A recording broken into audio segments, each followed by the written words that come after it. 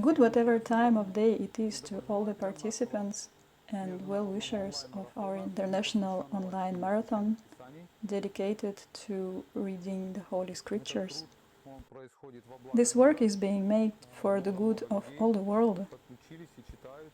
Many people joined us and read with us. They gain knowledge themselves and also they give benefits to their relatives, their close people and also all the living entities in general. Because the mental activities influence very much our surroundings. Everyone has an influence. Single person influences. That's why as more people will immerse themselves in reading the Holy Scriptures, the more auspicious influence there will be on our planet, on the people, on all the living entities.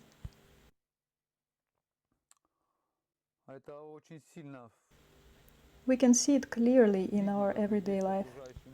Let's imagine a fly flew into this room. It sits down right here. While I'm reading, it sits here, doesn't go anywhere. I turn over the pages, the fly can make a circle and sit down again.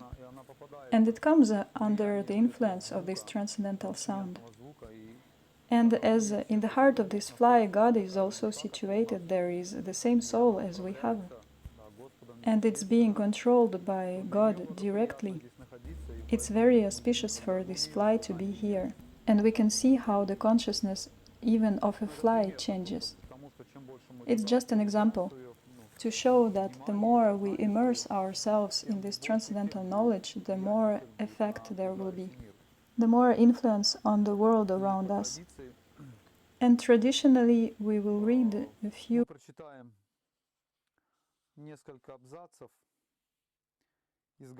paragraphs from Go Upanishad, the prayers to Mother Cow. It's auspicious for us to purify ourselves. When we circumambulate the cow respectfully, we gain the result of circumambulating the whole universe. One should perform the sacrifice by giving the cows and has to protect them. The sacrifice means to donate the cows, not to kill them. We talk about offering the cows as a gift. And one has to protect the cows in all the aspects. A fool who beats or abuses a cow will go to hell. One who gives a cow a bit of food or water gains a result of a horse sacrifice. There is no doubt about it. One who saves the life at least of one cow will gain a result of sacrifice of 100 cows. Again, not sacrifice, but giving a cow as a present of 100 cows, if he will save at least one cow. How one can suffer from sorrow if his house is decorated with cows? We can rarely meet one who every day serves and worships the cows.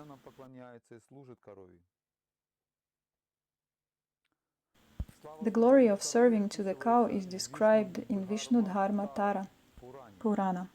Lord Hansa said, "O Brahmanas, one who pets the cow and removes the parasites from her body gets rid of all the sinful reactions." So, if you want to get rid of sinful reactions, there is a method given directly by God Himself. You should pet the cow, remove the dust and the parasites from its body. When one feeds the cow, he accumulates virtue. Taking care of a cow in the pasture, a person becomes worthy of living in paradise for innumerable number of years. Having built a cow house, one can become a governor of the province. Just by giving a cow to eat a bit of salt, one becomes very successful. One more paragraph. O Brahmanas, if a person saves a cow of danger or quicksand, or from the fear of predator, a person gains the result of a horse sacrifice. There is a ritual when the horse is being sacrificed, but it's not recommended in our epoch. It has been forbidden by God. But before, when people performed this sacrifice, they got incredible benefits. If a person will heal the cow with a medicine, he can be healed himself from his disease. Just by freeing the cow from its fear, one becomes fearless himself. If one saves a cow from a chandala, he gains a result of sacrificing a cow.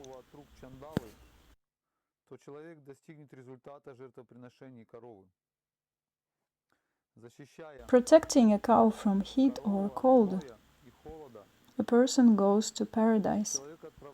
You have to behave toward the cow with great respect. Okay, let's prepare to our reading. Maybe today we will finish reading Srimad Bhagavatam. We also pay our respect to His Divine Grace A.C. Bhaktivedanta Swami Srila Prabhupada, who has put so many efforts to translate this work for us. Yesterday we listened to his disciple Rameshwara Prabhu, who told us about this great sacrifice of Prabhupada. He slept just 2 hours a day, and all the rest of the time he was translating. All the morning hours he dedicated to translation. He deprived himself from this comfort sleep, the object of dreams of everyone, to sleep peacefully. Thanks to his austerities, now we can read peacefully and spiritualize our consciousness. Make it spiritual. This is our humble offering to him, that we are reading ourselves and helping others to read and gain spiritual knowledge. Okay, let's chant the auspicious prayers and start. Om Namo Bhagavate Vasudevaya. Om Namo Bhagavate Vasudevaya. Om Namo Bhagavate Vasudevaya. Narayana Namaskrityam Naram Chiva Narotamam Devim Saraswatim Vyasam Tato Jaya Mudirayet Nashta Prayeshva Bhadrishu Nityam Bhagavata Sevaya Bhagavatyuttama Shloke Bhaktir Bhavati Naishtiki. So, 11th Canto, Chapter 22. Enumeration of the elements of material creation. It's the name of the chapter. Uddhava inquired, "My dear Lord, O Master of the universe, how many different elements of creation have been enumerated by the great sages? I have heard you personally describe a total of 28. God, the Jiva soul, the Mahat Tattva, false ego, the 5 gross elements, the 10 senses, the mind, the 5 subtle objects of perception, and the 3 modes of nature. But some authorities say that there are 26 elements, while others cite 25 or else 7, 9, 6, 4 or 11, and even others say that there are 17, 16 or 13. What did each of these sages have in mind when he calculated the creative elements in such different ways? O Supreme Eternal, kindly explain this to me." Lord Krishna replied, "Because all the material elements are present everywhere, it is reasonable that different learned brahmanas have analyzed them in different ways. All such philosophers spoke under the shelter of my mystic potency, and thus they could say anything without contradicting the truth. When philosophers argue, I don't choose to analyze this particular case in the same way that you have. It is simply my own insurmountable energies that are motivating their analytic disagreements. By interaction of my energies, different opinions arise. But for those who have fixed their intelligence on me and control their senses, differences of perception disappear, and consequently the very cause for argument is removed. O best among men, because subtle and gross elements mutually enter into one another, philosophers may calculate the number of basic material elements in different ways according to their personal desire.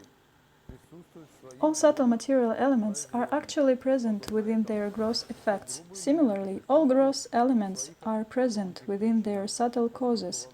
since material creation takes place by progressive manifestation of elements from subtle to gross. Thus, we can find all material elements within any single element. Therefore, no matter which of these thinkers is speaking, and regardless of whatever in their calculations they include material elements within their previous subtle causes, or else within their subsequent manifest products, I accept their conclusions as authoritative, because a logical explanation can always be given for each of the different theories. Because a person who has been covered by ignorance since time immemorial is not capable of effecting his own self-realization, there must be some other personality who is in factual knowledge of the absolute truth and can impart this knowledge to him. According to knowledge in the material mode of goodness, there is no qualitative difference between the living entity and the supreme controller. The imagination of a qualitative difference between them is useless speculation. Nature exists originally as the equilibrium of the three material modes, which pertain only to nature, not to the transcendental spirit soul. These modes, goodness, passion, and ignorance, are the effective causes of the creation, maintenance, and destruction of this universe. In this world, the mode of goodness is recognized as knowledge, the mode of passion as fruitive work, and the mode of darkness as ignorance.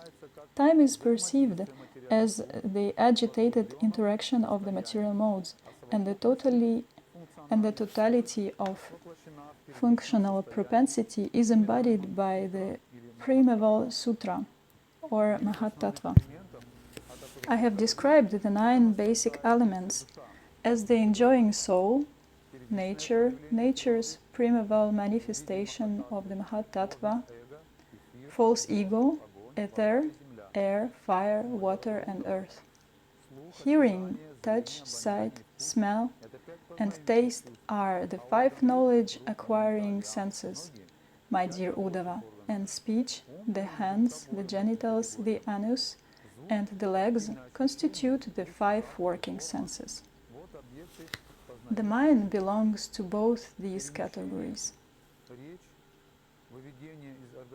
Sound, touch, taste, smell, and form are the objects of the knowledge-acquiring senses, and movement, speech, excretion, and manufacture are functions of the working senses. In the beginning of creation, nature assumes, by the modes of goodness, passion, and ignorance, its form as the embodiment of all subtle causes and gross manifestations within the universe. The Supreme Personality of Godhead does not enter the interaction of material manifestation, but merely glances upon nature. As the material elements headed by the Mahatattva are transformed, they receive their specific potencies from the glance of the Supreme Lord, and being amalgamated by the power of nature, they create the universal egg. According to some philosophers, there are 7 elements, namely earth, water, fire, air, and ether, along with the conscious spirit soul and the supreme soul, who is the basis of both the material elements and the ordinary spirit soul. According to this theory, the body, senses, life, air, and all material phenomena are produced from these 7 elements.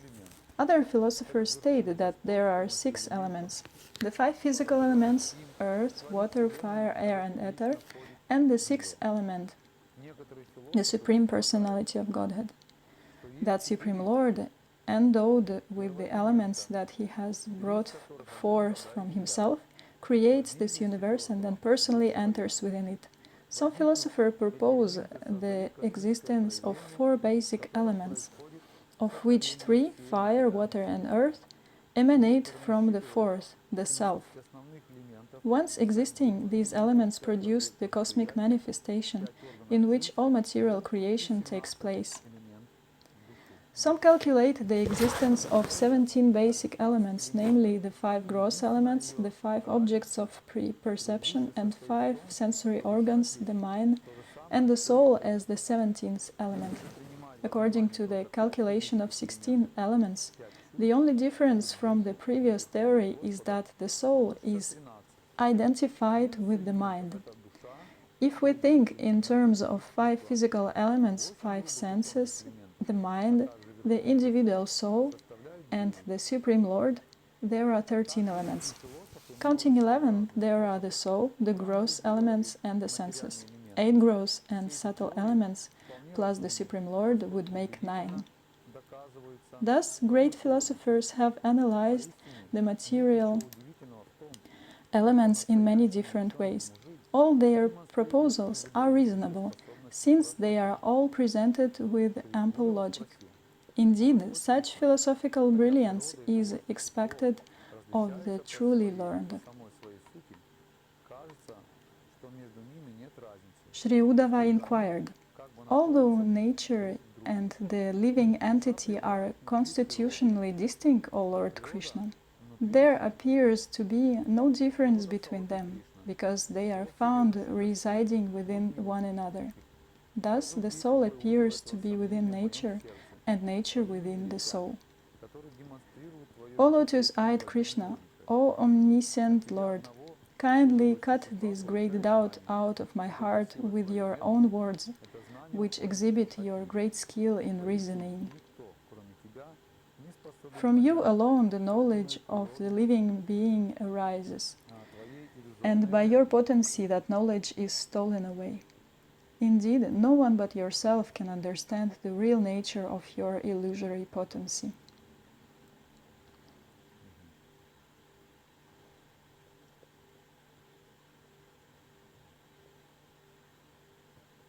Господь, Верховная Личность Бога, сказал: «О лучший из людей, материальная природа и тот, кто наслаждается ею, полностью отличны друг от друга». The Supreme Personality of Godhead said, O best among men, material nature and its enjoyer are clearly distinct. This manifest creation undergoes constant transformation, being founded upon the agitation of the modes of nature. My dear Uddhava, my material energy composing 3 modes and acting through them manifests the varieties of creation along with the varieties of consciousness for perceiving them. The manifest result of material transformation is understood as 3 aspects: adhyatmic, adhidaivic, and adhibautic. Sight, visible form, and the reflected image of the sun within the aperture of the eye all work together to reveal one another. But the original sun standing in the sky is self-manifested. Similarly, the Supreme Soul, the original cause of all entities, who is thus separate from all of them, acts by the illumination of his own transcendental experience as the ultimate source of manifestation of all mutually manifesting objects. Similarly, the sense organs, namely the skin, ears, eyes, tongue, and nose, as well as the functions of the subtle body, namely conditioned consciousness, mind, intelligence, and false ego, can all be analyzed in terms of the threefold distinction of sense, object of perception, and presiding deity. When the 3 modes of nature are agitated, the resultant transformation appears as the element false ego in 3 phases: goodness, passion, and ignorance. Generated from the Mahat Tattva, which is itself produced from the unmanifest pradhana, this false ego becomes the cause of all material illusion and duality. The speculative argument of philosophers, this world is real, no, it is not real, is based upon incomplete knowledge of the Supreme Soul and is simply aimed at understanding material dualities. Although such arguments is useless, persons who have turned their attention away from me, their own true self, are unable to give it up. Sri Uddhava said, O Supreme Master, the intelligence of those dedicated to fruitive activities is certainly deviated from you. Please explain me how such persons accept superior and inferior bodies by their materialistic activities and then give up such bodies. O Govinda, this topic is very difficult for foolish persons to understand. Being cheated by illusion in this world, they generally do not become aware of these facts. Lord Krishna said, the material mind of man is shaped by the reactions of fruitive work. Along with the five senses, it travels from one material body to another. The spirit soul, although different from this mind, follows it. The mind, bound to the reactions of fruitive work, always meditates on the objects of the senses, both those that are seen in this world and those that are heard about from Vedic authority. Consequently, the mind appears to come into being and to suffer annihilation along with its objects of perfection, and thus its ability to distinguish past and future is lost. When the living entity passes from the present body to next body, which is created by his own karma, he becomes absorbed in the pleasurable and painful sensations of the new body and completely forgets of experience of the previous body. This total forgetfulness of one's previous material identity, which comes about for one reason or another, is called death. O most charitable Uddhava, this is called birth. This, what called birth, is simply a person's total identification with a new body. One accepts the new body just as one completely accepts the experience of a dream or a fantasy as reality. Just as a person experiencing a dream or daydream does not remember his previous dreams or daydreams, a person situated in his present body, although having existed prior to it, thinks that he has only recently come into being. Because the mind, which is the resting place of the senses, has created the identification with a new body, the therefold material variety of high, middle and low class appears as if present within the reality of the soul. Thus, oneself creates external and internal duality, just as a man might give birth to a bad son.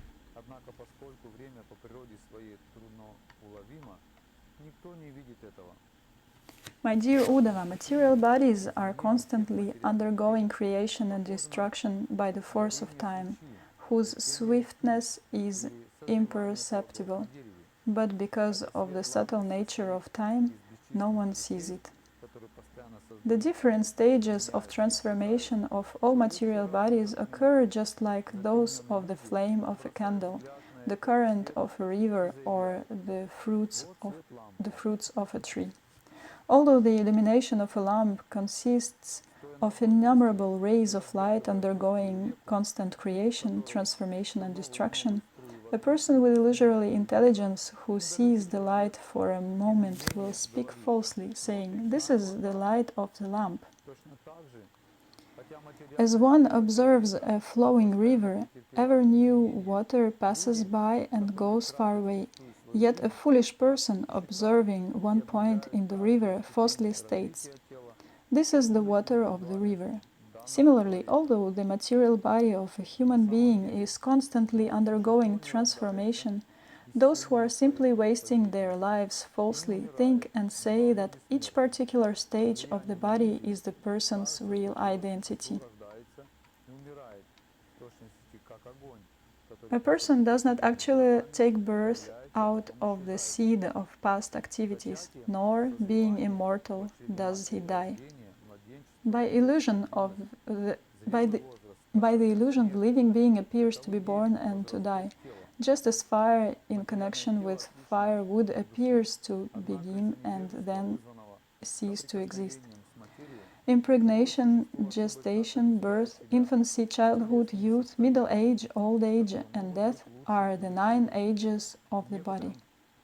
Although the material body is different from the self, because of the ignorance due to material association, one falsely identifies oneself with the superior and inferior bodily conditions. Sometimes a fortunate person is able to give up such mental concoction. By the death of one's father or grandfather, one can surmise one's own death. And by the birth of one's son, one can understand the condition of one's own birth. A person who thus realistically understands the creation and destruction of material bodies is no longer subject to these dualities. One who observes the birth of a tree from its seed and the ultimate death of the tree after maturity certainly remains a distinct observer separate from the tree. In the same way, the witness of the birth and death of the material body remains separate from it. An unintelligent man, failing to distinguish himself from material nature, thinks nature to be real. By contact with it, he becomes completely bewildered and enters into the cycle of material existence. Made to wander because of his fruitive work, the conditioned soul, by contact with the mode of goodness, takes birth among the sages or demigods.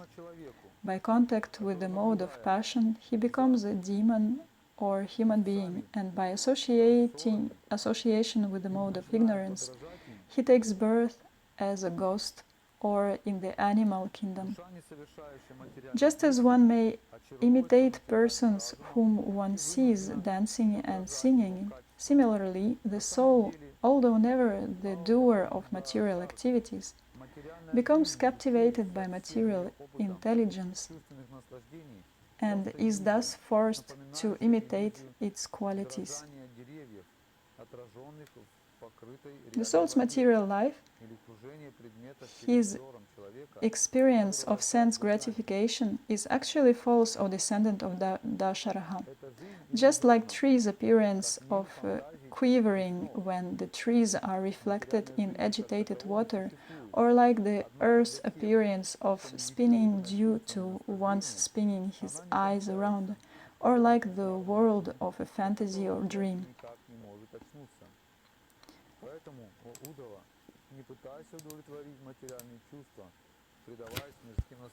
For one who is meditating on sense gratification, material life, although lacking factual existence, does not go away, just as the unpleasant experiences of a dream do not.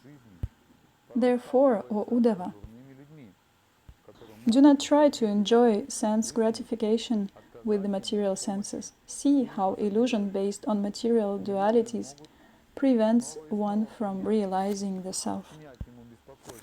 Even though neglected, insulted, ridiculed, or envied by bad men, or even though repeatedly agitated by being beaten, tied up, or deprived of one's occupation, spat upon or polluted with urine by ignorant people, one who desires the highest goal in life should, in spite of all these difficulties, use his intelligence to keep himself safe on the spiritual platform. Sri Uddhava said, O best of all speakers, please explain to me how I may properly understand this. O soul of the universe, the conditioning of one's personality in material life is very strong, and therefore it is very difficult even for the learned men to tolerate the offenses committed against them by ignorant people. Only your devotees who are fixed in your loving service and who have achieved peace by residing at your lotus feet are able to tolerate such offenses. End of chapter 22. Chapter 23. The Song of the Avanti Brahmana. Shukadeva Goswami said, Lord Mukunda, the chief of the Dasharhas, having thus been respectfully requested by the best of his devotees, Sri Uddhava, first acknowledged the fitness of his servant's statements. Then the Lord, whose glorious exploits are most worthy of being heard, began to reply him. The Lord Krishna said, O disciple of Varshpati, there is virtually no saintly man in this world capable of resettling his own mind after it has been disturbed by the insulting words of uncivilized men.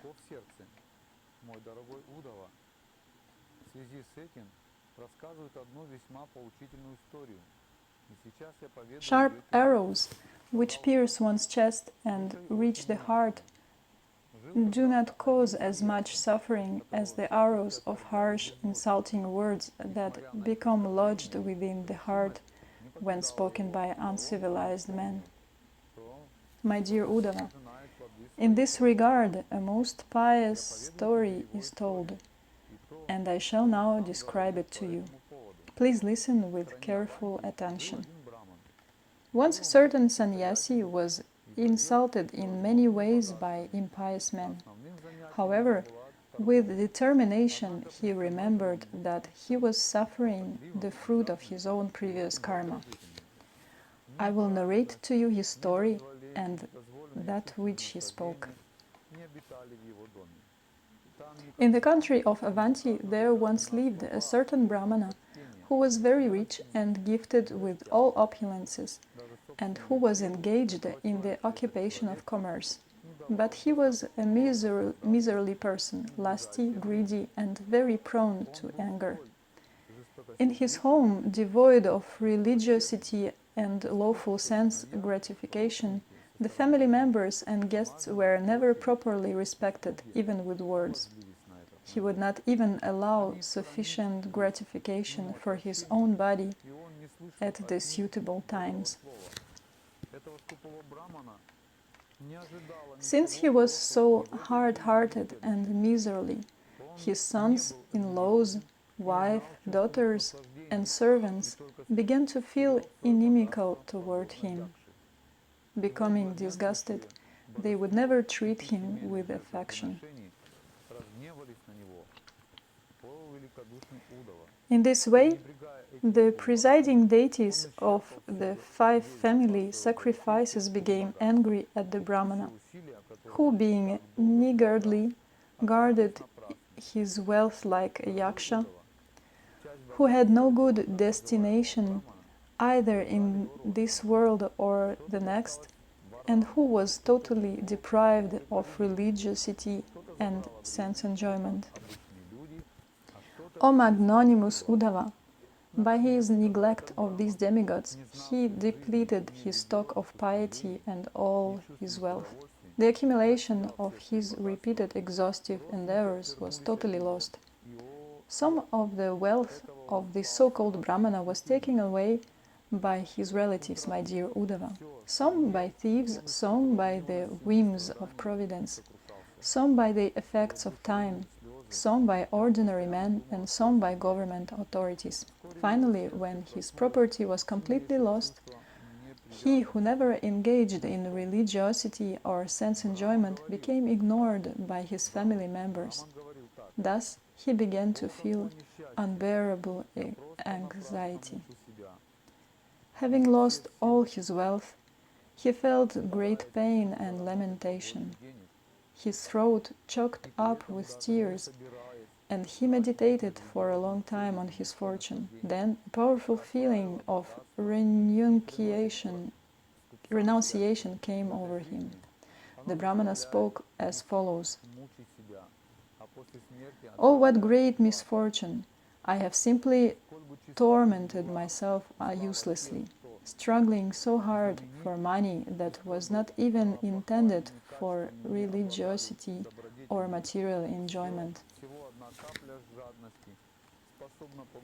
Generally, the wealth of misers never allows them any happiness.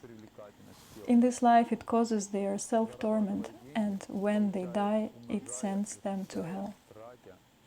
Whatever pure fame is possessed by the famous, and whatever praiseworthy qualities are found in the virtuous, are destroyed by even a small amount of greed, just as one's attractive physical beauty is ruined by a trace of white leprosy. In the earning, attainment, increase, protection, expense, loss, and enjoyment of wealth, all men experience great labor, fear, anxiety, and delusion. Theft, violence, speaking lies, duplicity, lust, anger, perplexity, pride, quarreling, enmity, faithlessness, envy, and the dangers caused by women, gambling, and intoxication are the 15 undesirable qualities that contaminate man because of greed for wealth.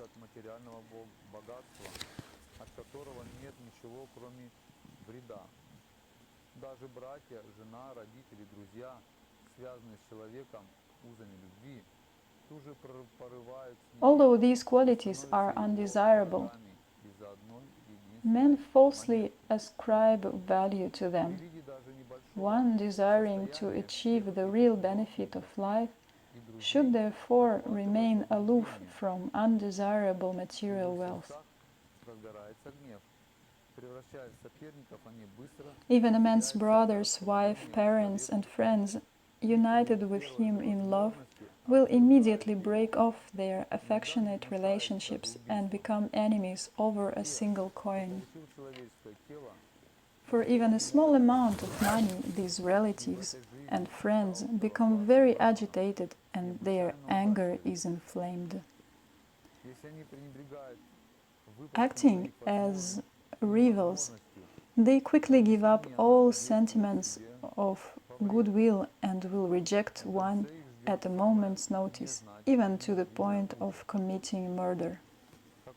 Those who obtain human life, which is prayed for even by the demigods, and in that human birth become situated as first-class brahmanas, are extremely fortunate.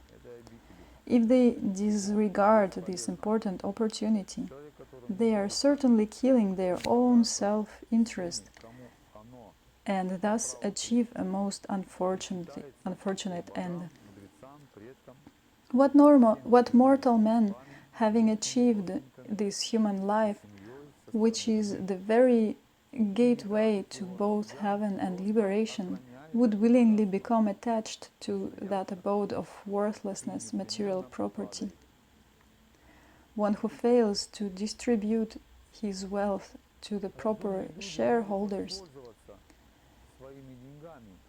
the demigods, sages, forefathers, and ordinary living entities, as well as his immediate relatives, in-laws, and own self, is maintaining his wealth simply like a yaksha, and will fall down.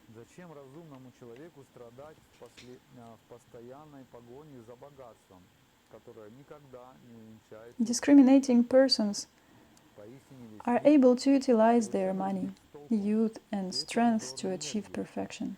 But I have feverishly squandered these in the useless endeavor for further wealth. Now that I am an old man, what can I achieve? Why must an intelligent man suffer by his constant vain efforts to get wealth? Indeed, this whole world is most bewildered by someone's illusory potency. For one who is in the grips of death, What is the use of wealth or those who offer it, sense gratification or those who offer it, or, for that matter, any type of fruitive activity which simply causes one to again take birth in the material world?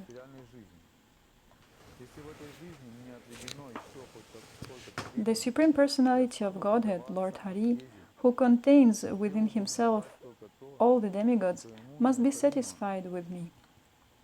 Indeed, he has brought me to this suffering condition and forced me to experience detachment, which is the boat to carry me over this ocean of material life.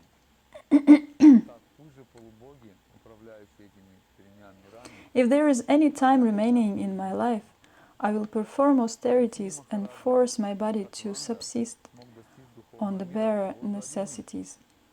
Without further confusion, I shall pursue that which constitutes my entire self-interest in life, and I shall remain satisfied within the self. Thus may the presiding demigods of these three worlds kindly show their mercy upon me. Indeed, Maharaja Katvanga was able to achieve the spiritual world in a single moment, Lord Sri Krishna continued. His mind thus determined that most excellent Avanti Brahmana was able to untie the knots of desire within his heart. He then assumed the role of a peaceful and silent sannyasi mendicant. He wandered about the earth, keeping his intelligence, senses and life air under control. To beg charity, he traveled alone to various cities and villages. He did not advertise his advanced spiritual position, and thus was not recognized by others. O kind Uddhava, seeing him as an old, dirty beggar, rowdy persons would dishonor him with many insults. Some of these persons would take away his sannyasi robe, and some the water pot which he was using as a begging bowl. Some took his deerskin seat, some his chanting beads, and some would steal his torn, ragged clothing.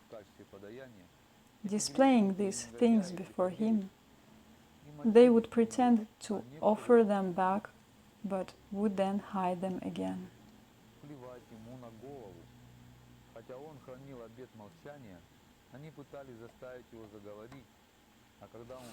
When he was sitting on the bank of a river about to partake of the food that he had collected by his begging, such sinful rascals would come and pass urine on it, and they would dare to spit on his head.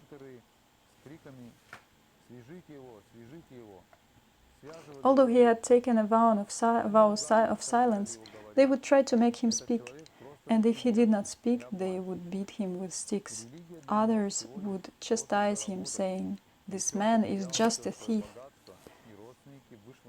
And others would bind him up with rope, shouting, "Tie him up! Tie him up!"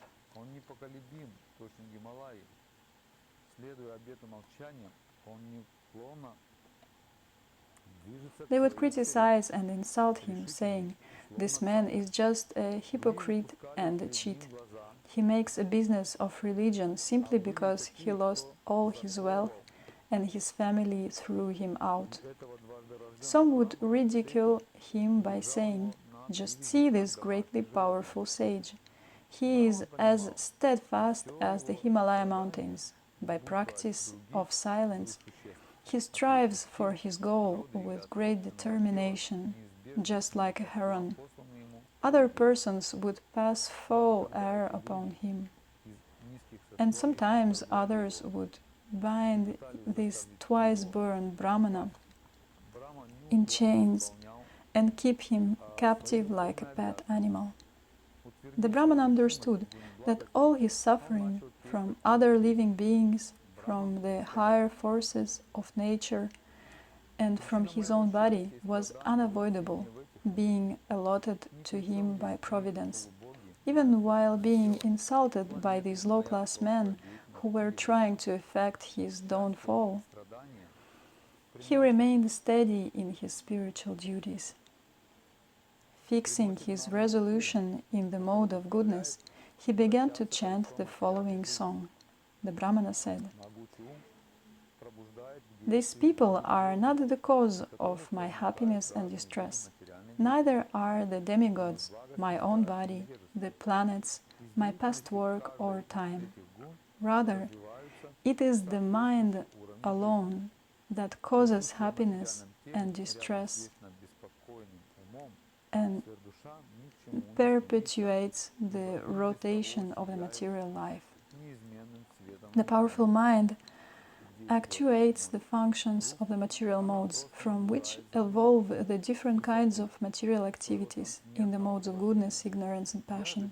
From the activities in each of these modes develop the corresponding statues of life. Although present along with the struggling mind within the material body, the super-soul is not endeavoring, because he is already endowed with transcendental enlightenment.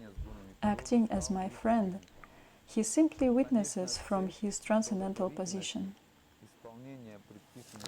I, the infinite small spirit soul, on the other hand, have embraced this mind, which is the mirror reflecting the image of the material world. Thus, I have become engaged in enjoying objects of desire and am entangled due to contact with the modes of nature. Charity, prescribed duties, observance of major and minor regulative principles, hearing from scripture, pious works, and purifying vows all have as their final aim the subduing of the mind. Indeed, concentration of the mind on the Supreme is the highest yoga. If one's mind is perfectly fixed and pacified, then tell me, what need does one have to perform ritualistic charity and other pious rituals? And if one's mind remains uncontrolled, lost in ignorance, then what use are these engagements for him? All the senses have been under the control of the mind since time immemorial, and the mind himself never comes under the sway of any other. He is stronger than the strongest, and his godlike power is fearsome. Therefore, anyone who can bring the mind under control becomes the master of all the senses. Failing to conquer this irrepressible enemy, the mind, whose urges are intolerable and who torments the heart, many people are completely bewildered and create useless quarrel with others. Thus they conclude that other people are either their friends, their enemies, or parties indifferent to them. Persons who identify with this body, which is simply the product of the material mind, are blinded in their intelligence, thinking in terms of I and mine. Because of their illusion of this is I, but that is someone else, they wander in endless darkness. If you say that these people are the cause of my happiness and distress, then where is the place of the soul in such a conception? This happiness and distress pertain not to the soul, but to the interactions of material bodies. If someone bites his tongue with his own teeth, at whom can he become angry in this suffering? If you say that the demigods who rule the bodily senses cause suffering, still, how can such suffering apply to the spirit soul? This acting and being acted upon are merely interactions of the changeable senses and their presiding deities. When one limb of the body attacks another, with whom can the person in that body be angry? If the soul himself were the cause of happiness and distress, then we could not blame others, since happiness and distress would be simply the nature of the soul. According to this theory, nothing except the soul actually exists. And if we were to perceive something besides the soul, that would be illusion. Therefore, since happiness and distress do not actually exist in this concept, why become angry at oneself or others? And if we examine the hypothesis that the planets are the immediate cause of suffering and happiness, then also where is the relationship with the soul, who is eternal? After all, the effect of the planets applies only to things that have taken birth. Expert astrologers have moreover explained how the planets are only causing pain to each other. Therefore, since the living entity is distinct from these planets and from the material body, against whom should he vent his anger? If we assume that fruitive work is the cause of happiness and distress, we still are not dealing with the soul. The idea of material work arises when there is a spiritual actor who is conscious and a material body that undergoes the transformation of happiness and distress as a reaction to such work. Since the body has no life, it cannot be the actual recipient of happiness and distress, nor can the soul, who is ultimately completely spiritual and aloof from the material body. Since karma thus has no ultimate basis in either the body or the soul, at whom can one become angry? If we accept time as the cause of happiness and distress, that experience still cannot apply to the spirit soul, since time is a manifestation of the Lord's spiritual potency, and the living entities are also expansions of the Lord's spiritual potency, manifesting through time.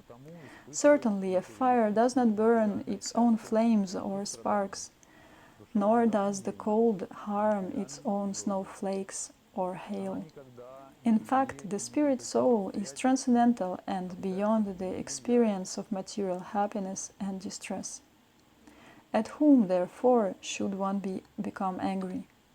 The false ego gives shape to illusory material existence and thus experiences material happiness and distress. The spirit soul, however, is transcendental to material nature.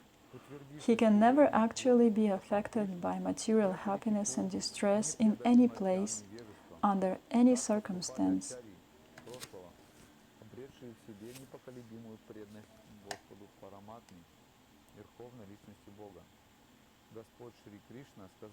Or by the agency of any person. A person who understands this has nothing whatsoever to fear from the material creation.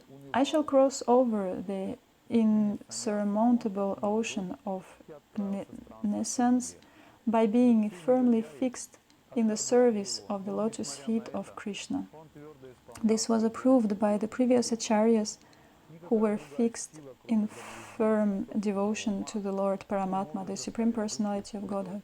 Lord Sri Krishna said, thus becoming detached upon the loss of his property, the sage gave up his moroseness.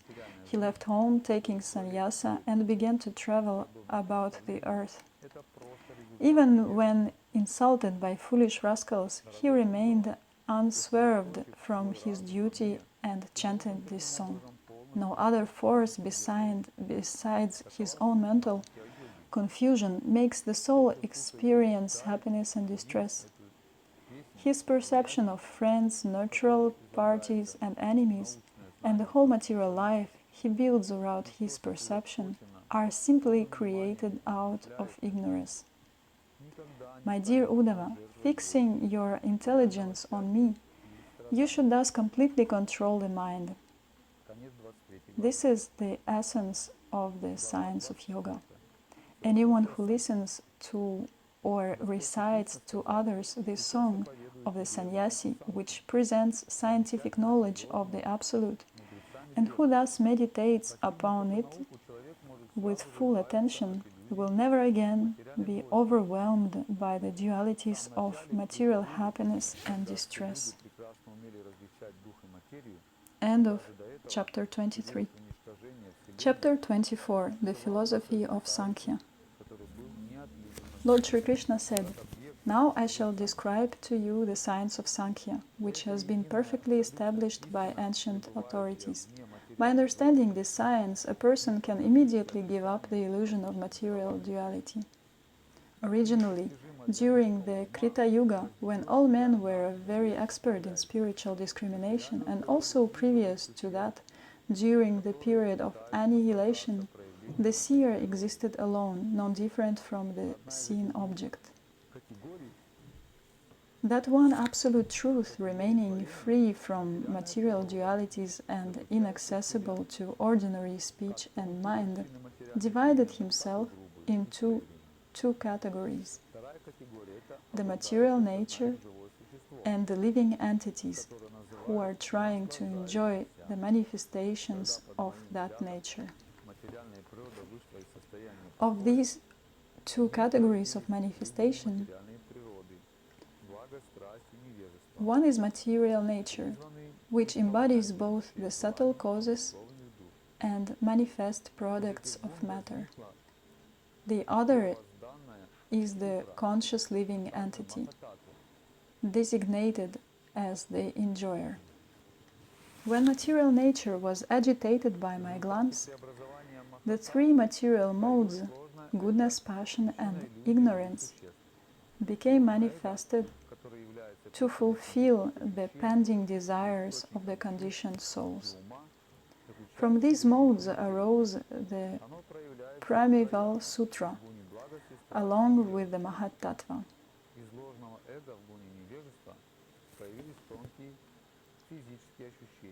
By the transformation of the Mahat-tattva was generated the false ego, the cause of the living entity's bewilderment. False ego, which is the cause of physical sensation, the senses and the mind, encompasses both spirit and matter, and manifests in three varieties, in the modes of goodness, passion, and ignorance.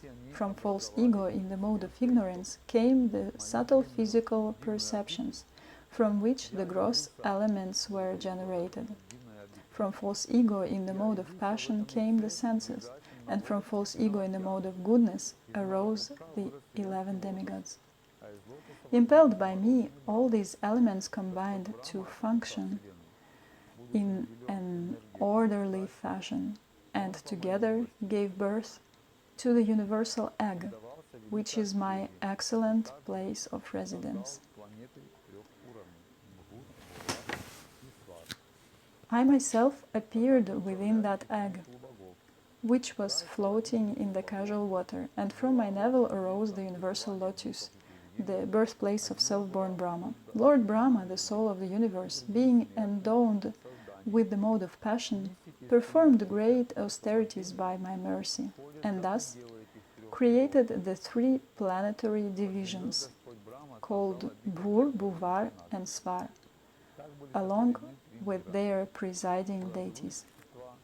Heaven was established as the residence of the demigods, Bhruvaloka as that of the ghostly spirits, and the earth system as the place of human beings and other mortal creatures. Those mystics who strive for liberation are promoted beyond these three divisions. Lord Brahma created the region below the earth for the demons and the Naga snakes. In this way, the destinations of the three worlds were arranged as the corresponding reactions for different kinds of work performed within the three modes of nature. By mystic yoga, great austerities, and the renounced order of life, the pure destinations of Maharloka, Janaloka, Tapaloka, and Satyaloka are attained. But by devotional yoga, one achieves my transcendental abode. All results of fruitive work have been arranged within this world by me, the Supreme Creator acting as the force of time. Thus one sometimes rises up toward the surface of this mighty river of the modes of nature, and sometimes again submerges. Whatever features visibly exist within this world, small or great, thin or stout, certainly contain both the material nature and its enjoyer, the spirit soul. Gold and earth are originally existing as ingredients. From gold one may fashion golden ornaments such as bracelets and earrings, and from earth one may fashion clay pots and saucers. The original ingredients gold and earth exist before the products made from them. And when the products are eventually destroyed, the original ingredients gold and earth will remain. Thus, since the ingredients are present in the beginning and in the end, they must also be present in the middle phase, taking the form of a particular product, to which we assign for convenience a particular name, such as bracelet, earring, pot, or saucer. We can therefore understand that since the ingredient cause exists before the creation of a product and after the product's destruction, the same ingredient cause must be present during the manifest phase, supporting the product as the basis of its reality. A material object, itself composed of an essential ingredient, creates another material object through transformation. Thus, one created object becomes the cause and basis of another created object. A particular thing may thus be called real in that it possesses the basic nature of another object that constitutes in origin and final state.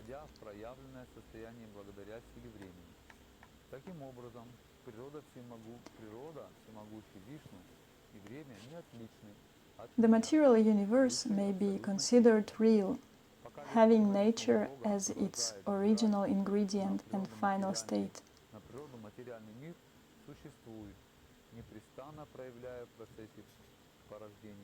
Lord Mahavishnu is the resting place of nature, which becomes manifested by the power of time. Thus nature, the Almighty Vishnu, and time are not different from me, the Supreme Absolute Truth.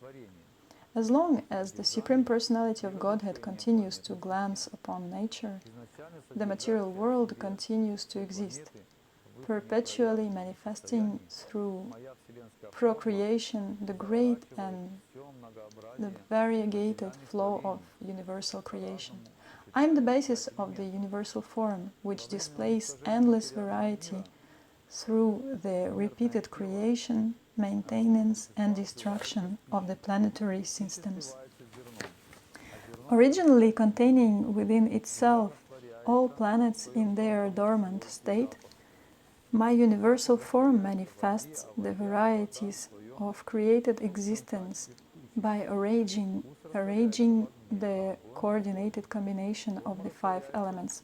At the time of annihilation, the mortal body of the living being becomes merged into food. Food merged into the grains, and the grains merge back into the earth. The earth merges into its subtle sensation, fragrance. Fragrance merges into water, and water further merges into its own quality, taste. The taste merges into fire, which merges into form. Form merges into touch, and touch merges into ether. Ether finally merges into the sensation of sound.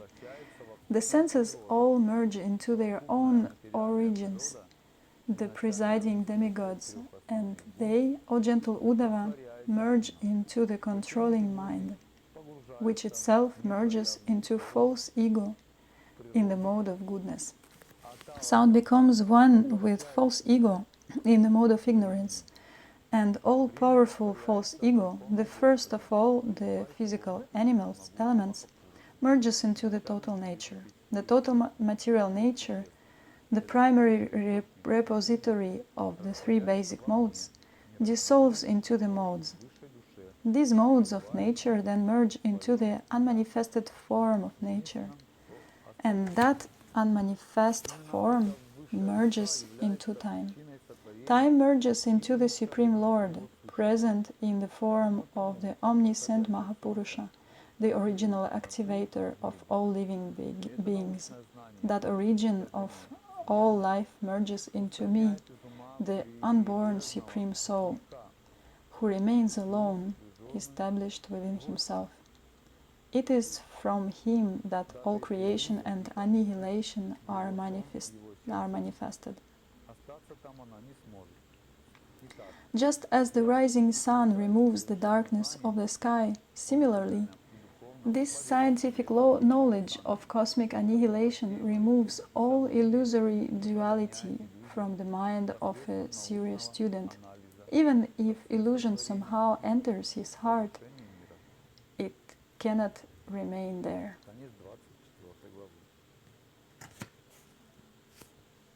Thus I, the perfect seer of everything material and spiritual, have spoken this knowledge of Sankhya, which destroys the illusion of doubt by scientific analysis of creation and annihilation.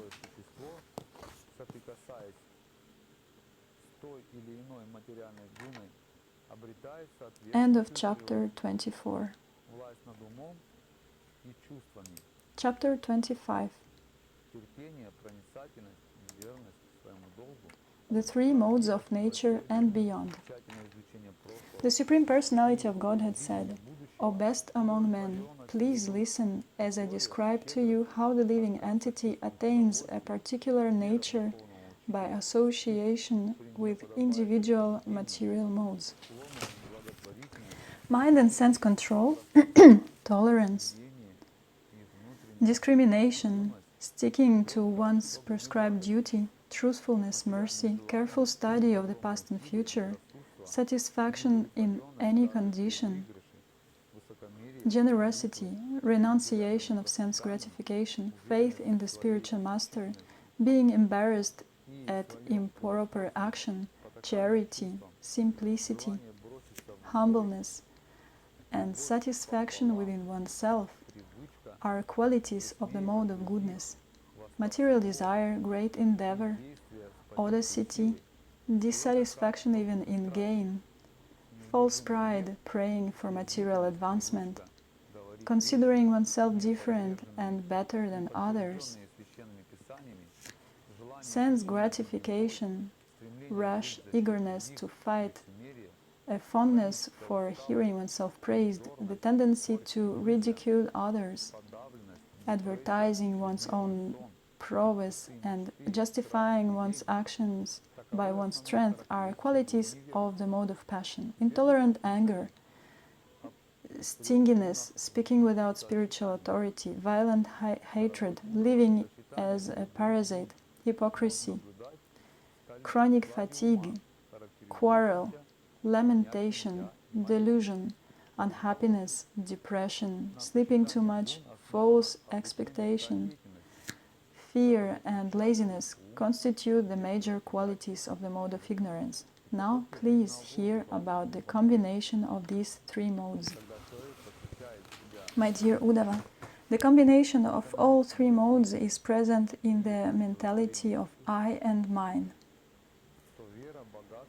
The ordinary transactions of this world, which are carried out through the agency of the mind, the objects of perception, the senses, and the vital airs of the physical body, are also based on the combination of the modes. When a person devotes himself to religiosity, economic development, and sense gratification, The faith, wealth, and sensual enjoyment obtained by his endeavors display the interaction of the three modes of nature. When a man desires sense gratification, being attached to family life, and when he consequently becomes established in religious and occupational duties, the combination of the modes of nature is manifest. A person exhibiting qualities such as self-control is understood to be predominantly in the mode of goodness.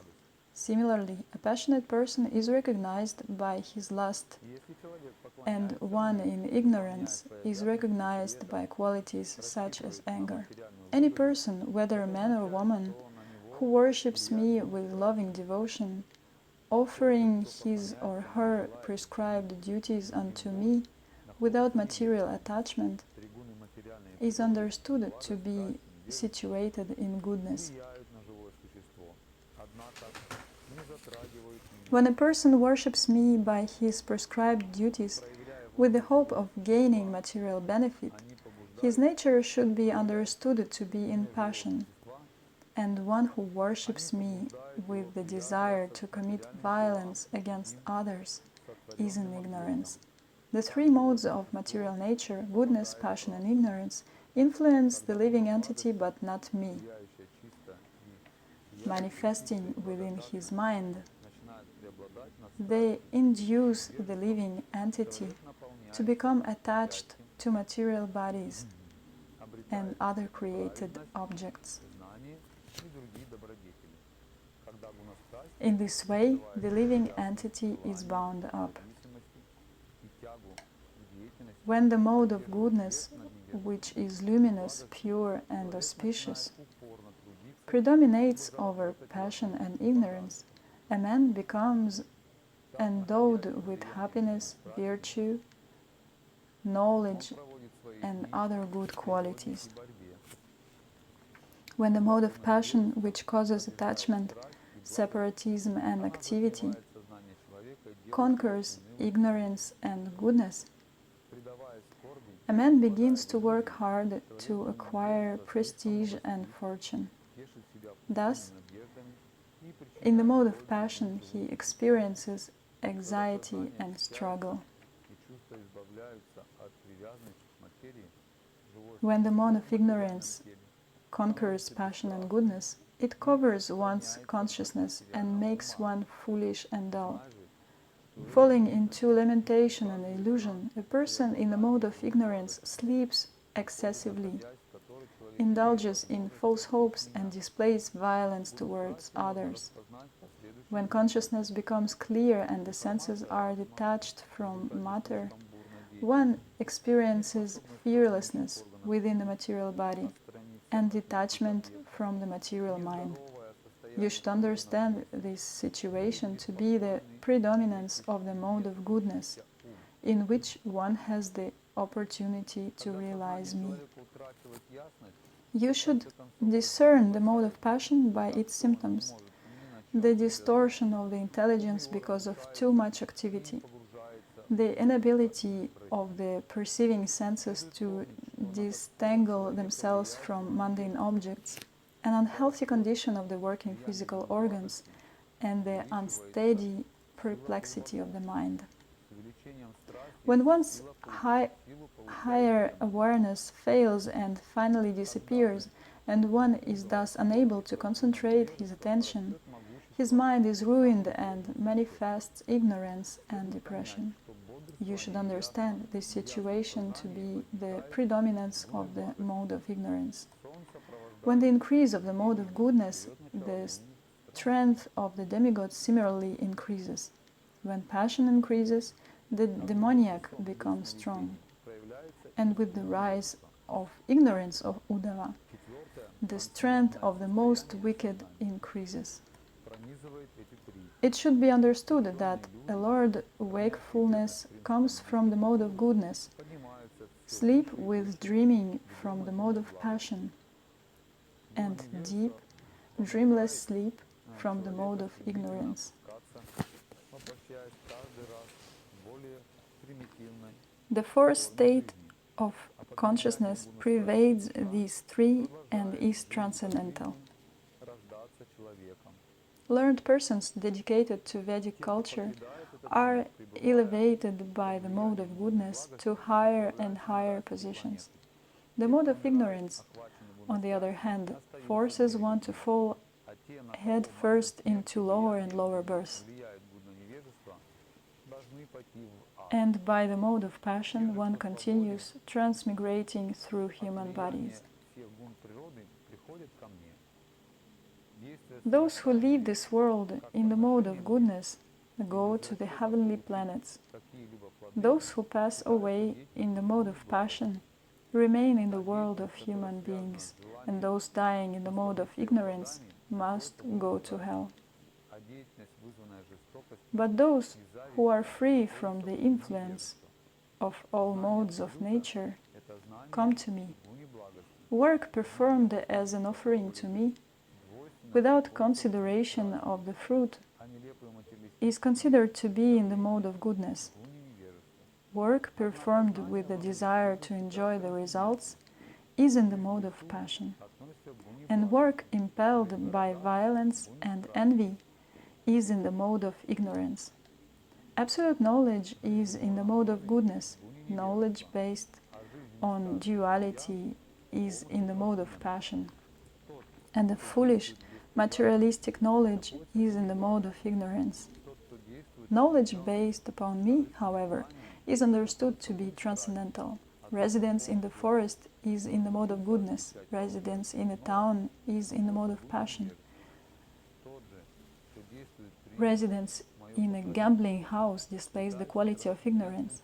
And residence in a place where I reside is transcendental. A worker free of attachment is in the mode of goodness. A worker blinded by personal desire in the mode of passion.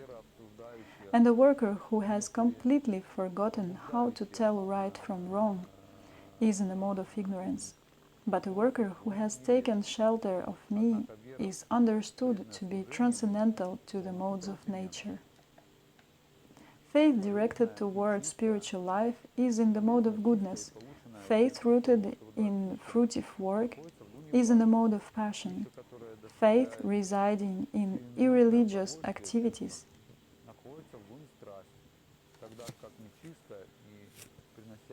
is in a mode of ignorance. But faith in my devotional service is purely transcendental. Food that is wholesome, pure, and obtained without difficulty is in the mode of goodness. Food that gives immediate pleasure to the senses is in the mode of passion.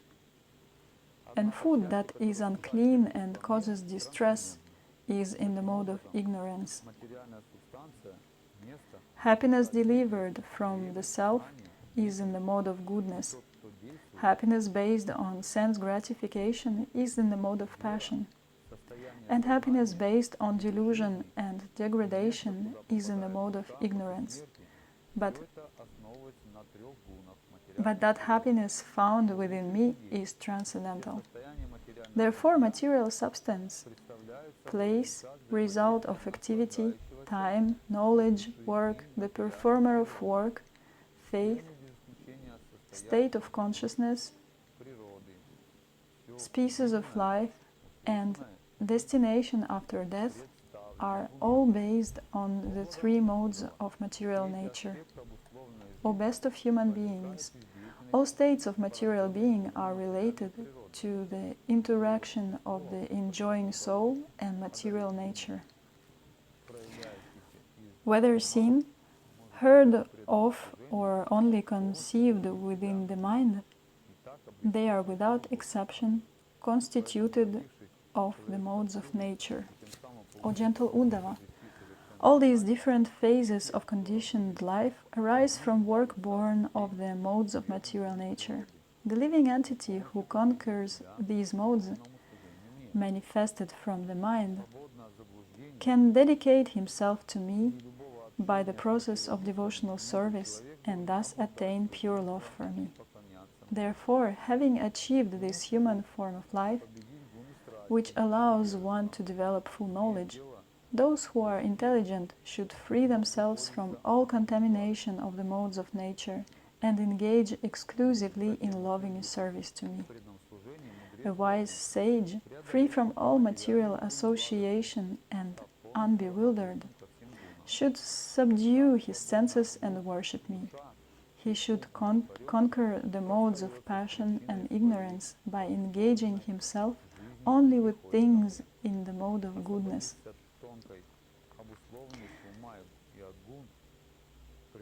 Then, being fixed in devotional service, the sage should also conquer the material mode of goodness by indifference toward the modes.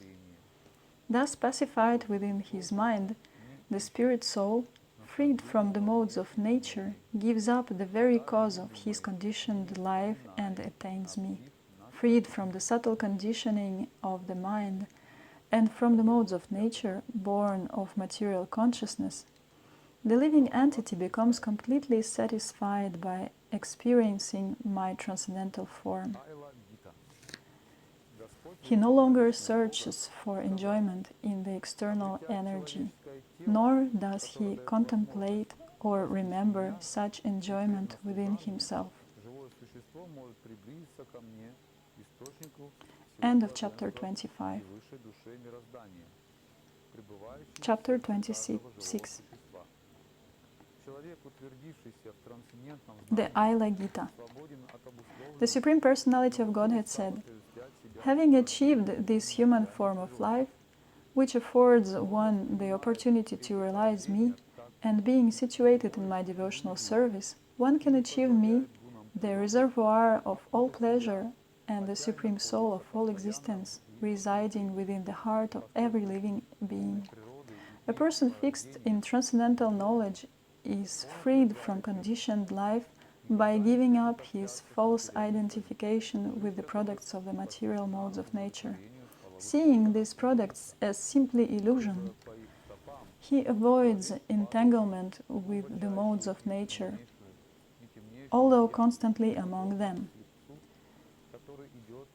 Because the modes of nature and their products are simply not real, he does not accept them.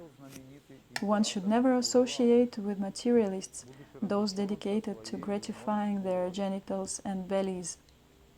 By following them, one falls into the deepest pit of darkness, just like a blind man who follows another blind man. The following song was sung by the famous Emperor Pururava. When deprived of his wife, Urvashi, he was at first bewildered, but by controlling his lamentation, he began to feel detachment.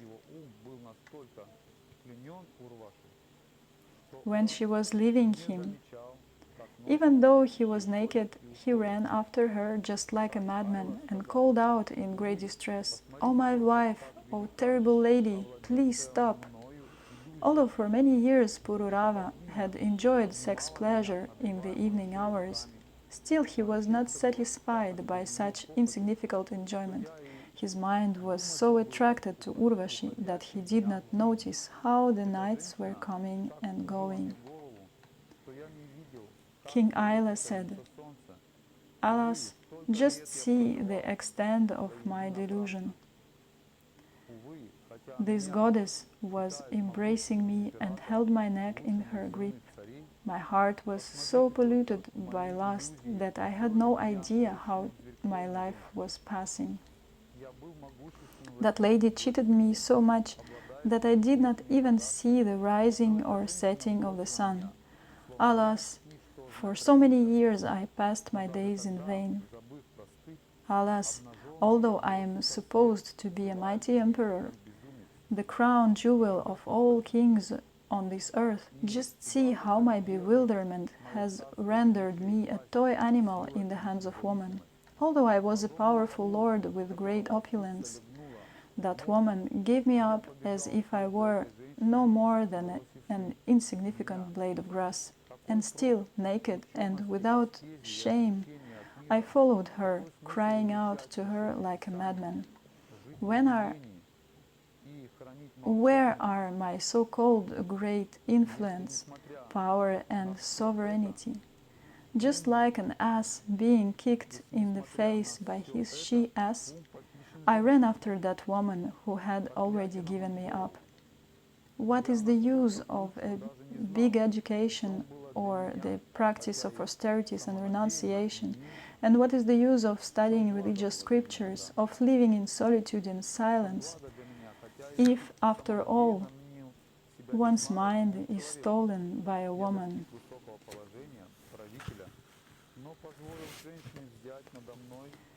To hell with me. I'm such a fool that I didn't even know what was good for me, although I arrogantly thought I was highly intelligent.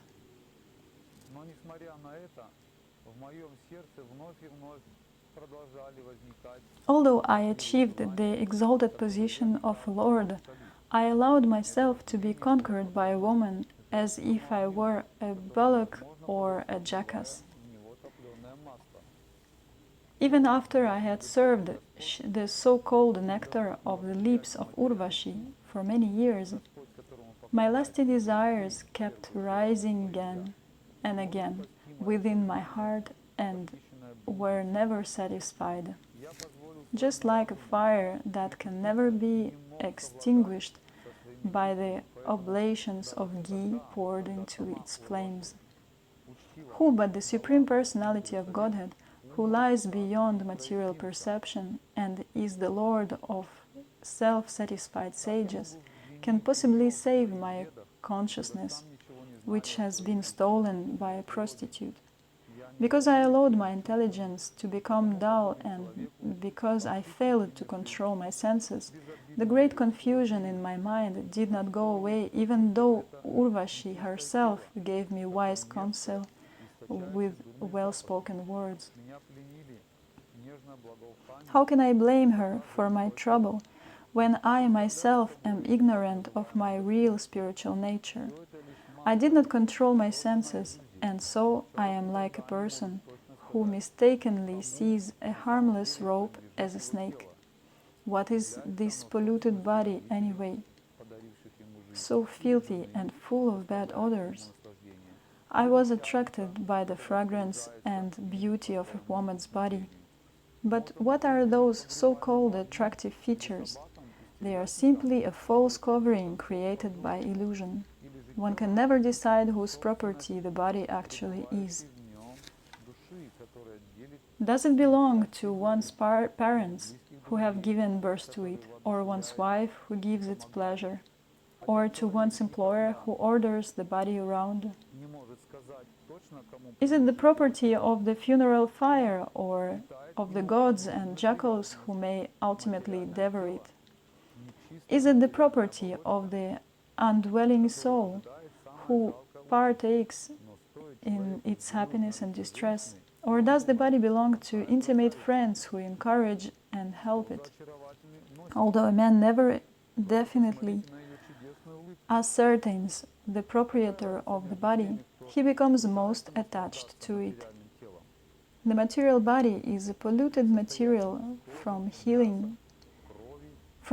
heading toward a lowly destination. Yet when a man stares at the face of a woman, he thinks, "What a good-looking lady!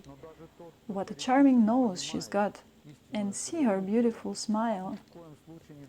What difference is there between ordinary worms and persons who try to enjoy this material body, composed of skin, flesh, blood, muscle, fat, marrow, bone, stool, urine, and pus?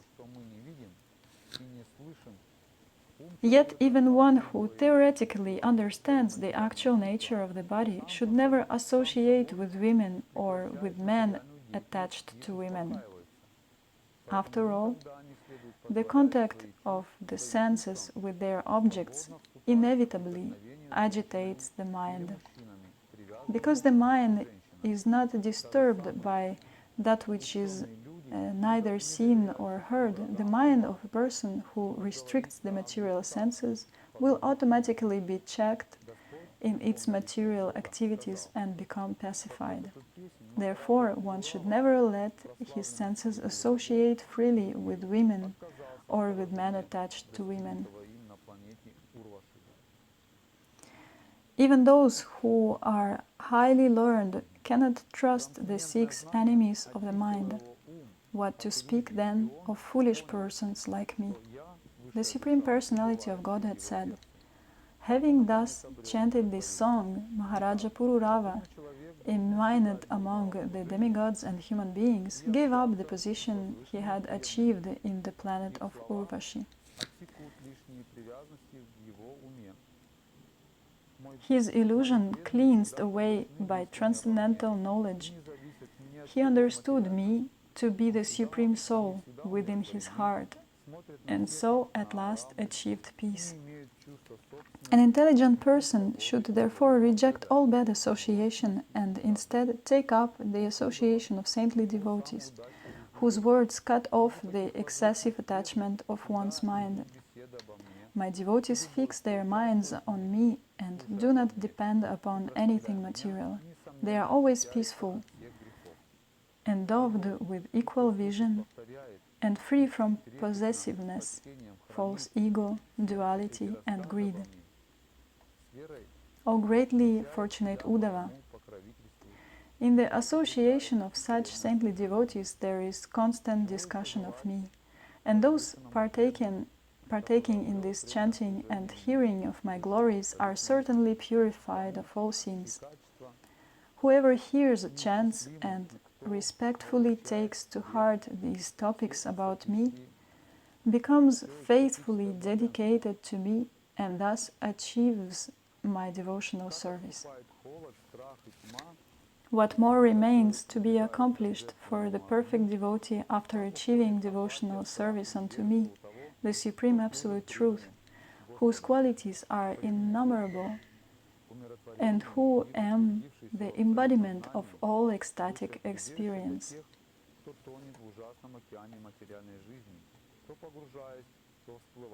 Just as cold, fear, and darkness are eradicated for one who has approached the sacrificial fire, so dullness, fear, and ignorance are destroyed for one engaged in serving the devotees of the Lord.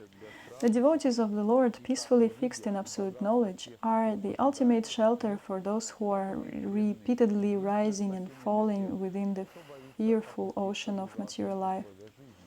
Such devotees are just like a strong boat that comes to rescue persons who are at the point of drowning. Just as food is the life of all creatures, just as I am the ultimate shelter for the distressed, and just as religion is the wealth of those who are passing away from this world, so my devotees are the only refuge of persons fearful of falling into the miserable condition of life. My devotees bestow divine eyes, whereas the sun allows only external sight, and that only when it is rising in the sky. My devotees are one's real worshipable deities and real family. They are one's own self, and ultimately they are non-different from me. Thus, losing his desire to be on the same planet as Urvashi, Maharaja Pururava began to wander the earth free of all material association and completely satisfied within the self. End of chapter 26. Chapter 27. Lord Krishna's instructions on the process of deity worship.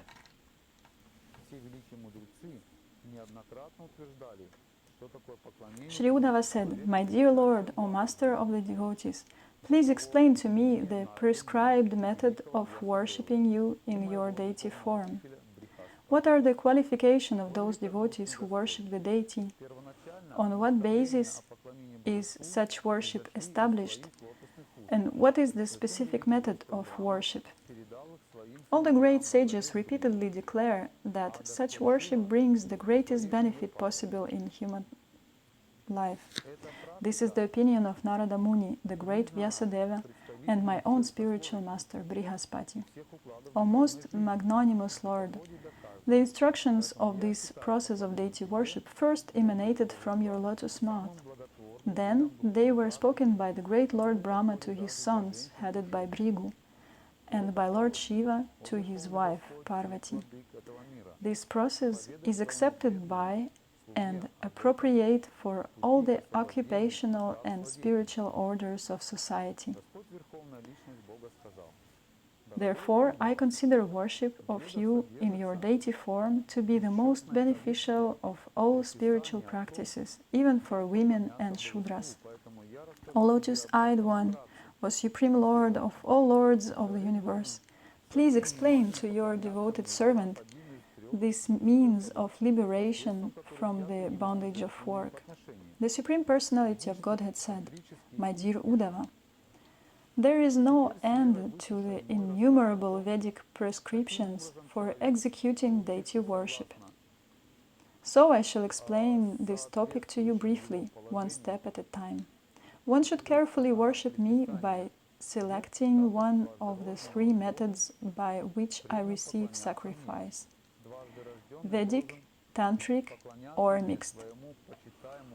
Now, please listen faithfully as I explain exactly how a person who has achieved twice-born status through the relevant Vedic prescriptions should worship me with devotion.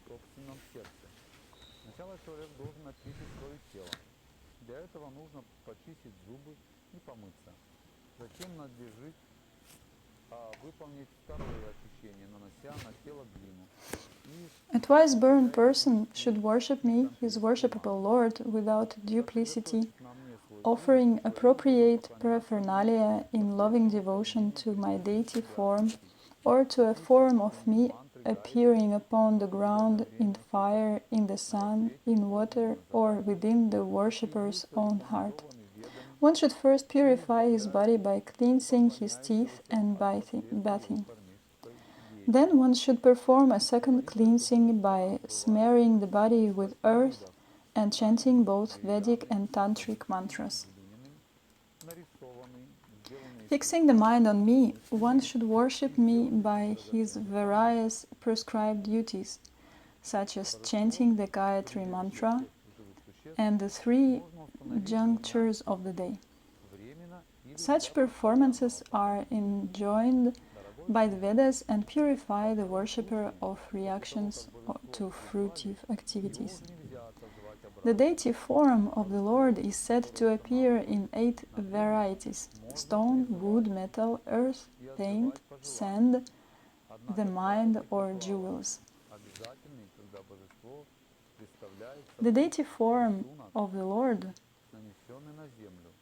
who is the shelter of all living entities, can be established in 2 ways, temporarily or permanently.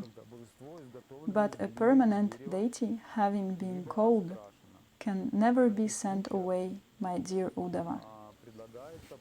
The deity that is temporarily established can optionally be called forth and sent away. But these 2 rituals should always be performed when the deity is traced upon the ground.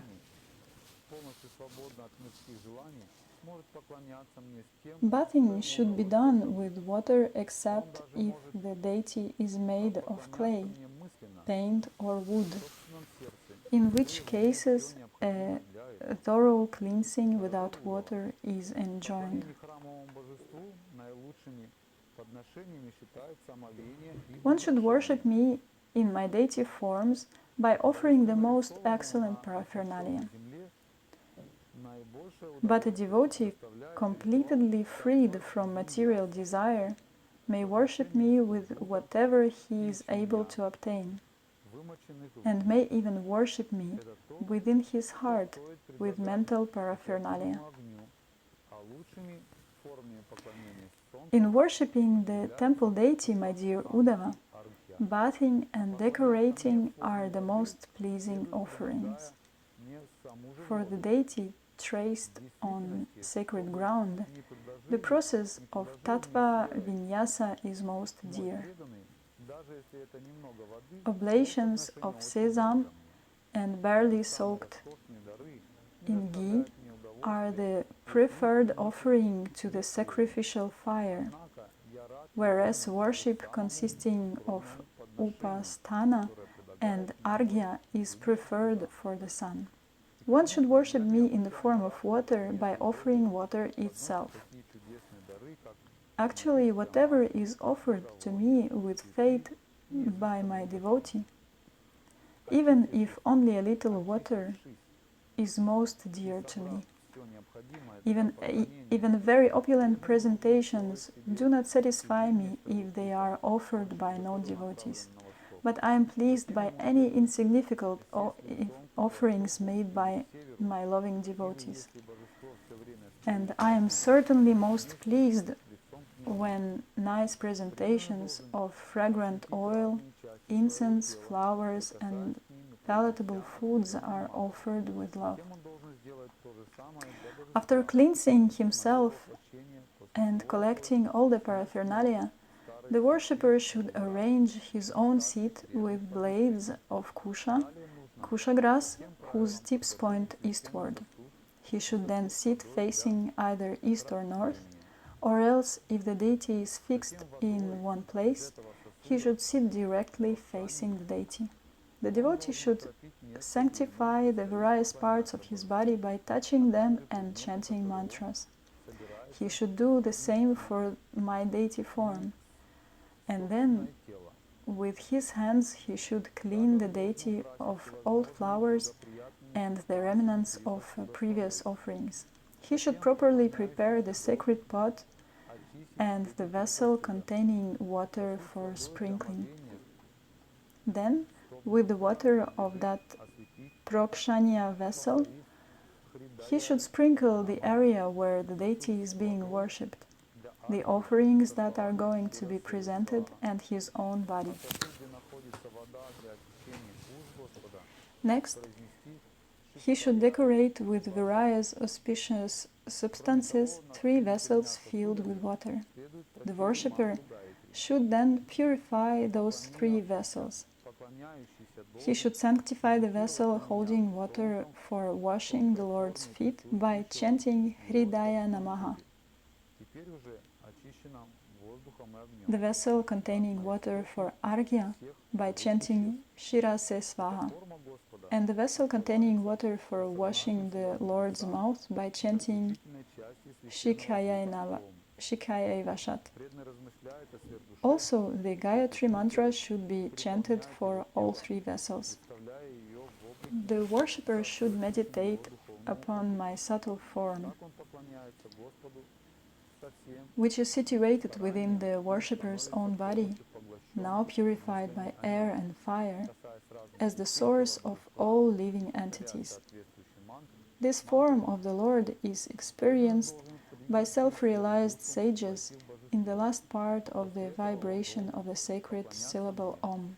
The devotee conceives of the super soul, whose presence surcharges the devotee's body in the form corresponding to his realization. Thus the devotee worships the Lord to his full capacity and becomes fully absorbed in him. By touching the various limbs of the deity and chanting appropriate mantras, the devotee should invite the super soul to join the deity's form, and then the devotee should worship me. The worshipper should first imagine my seat as decorated with the personified deities of religion, knowledge, renunciation, and opulence, and with my 9 spiritual energies. He should think of the Lord's sitting place as an 8-petaled lotus, effulgent on account of the saffron filaments within its whorl. Then, following the regulations of both the Vedas and the Tantras, he should offer me water for washing the feet, water for washing the mouth, arghya, and other items of worship. By this process, he achieves both material enjoyment and liberation.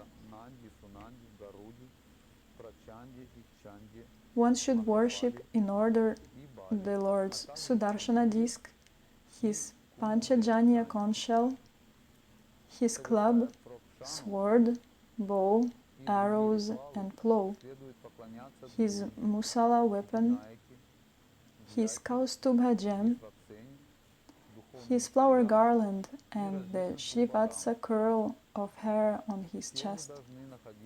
One should worship the Lord's associates Nanda and Sunanda, Garuda, Prachanda and Chanda, Mahabala and Bala, and Kumuda and Kumudekshana. With offerings such as Prokshana, one should worship Durga, Vinayaka, Vyasa, Vishvakshena, the spiritual masters and the various demigods. All these personalities should be in their proper places facing the deity of the Lord.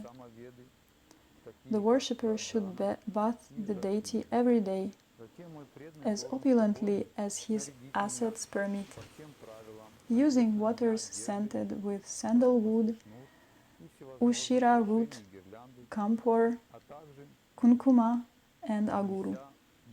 He should also chant various Vedic hymns, such as the Anuvaka, known as Svarna Garma, the Mahapurusha Vidya, the Purusha Sukta, and various songs of the Samaveda, such as Rajana and the Rohinya.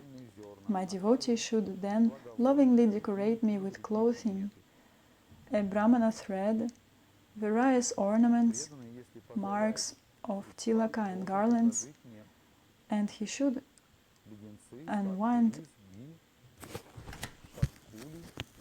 my body with fragrant oils, all in the prescribed manner.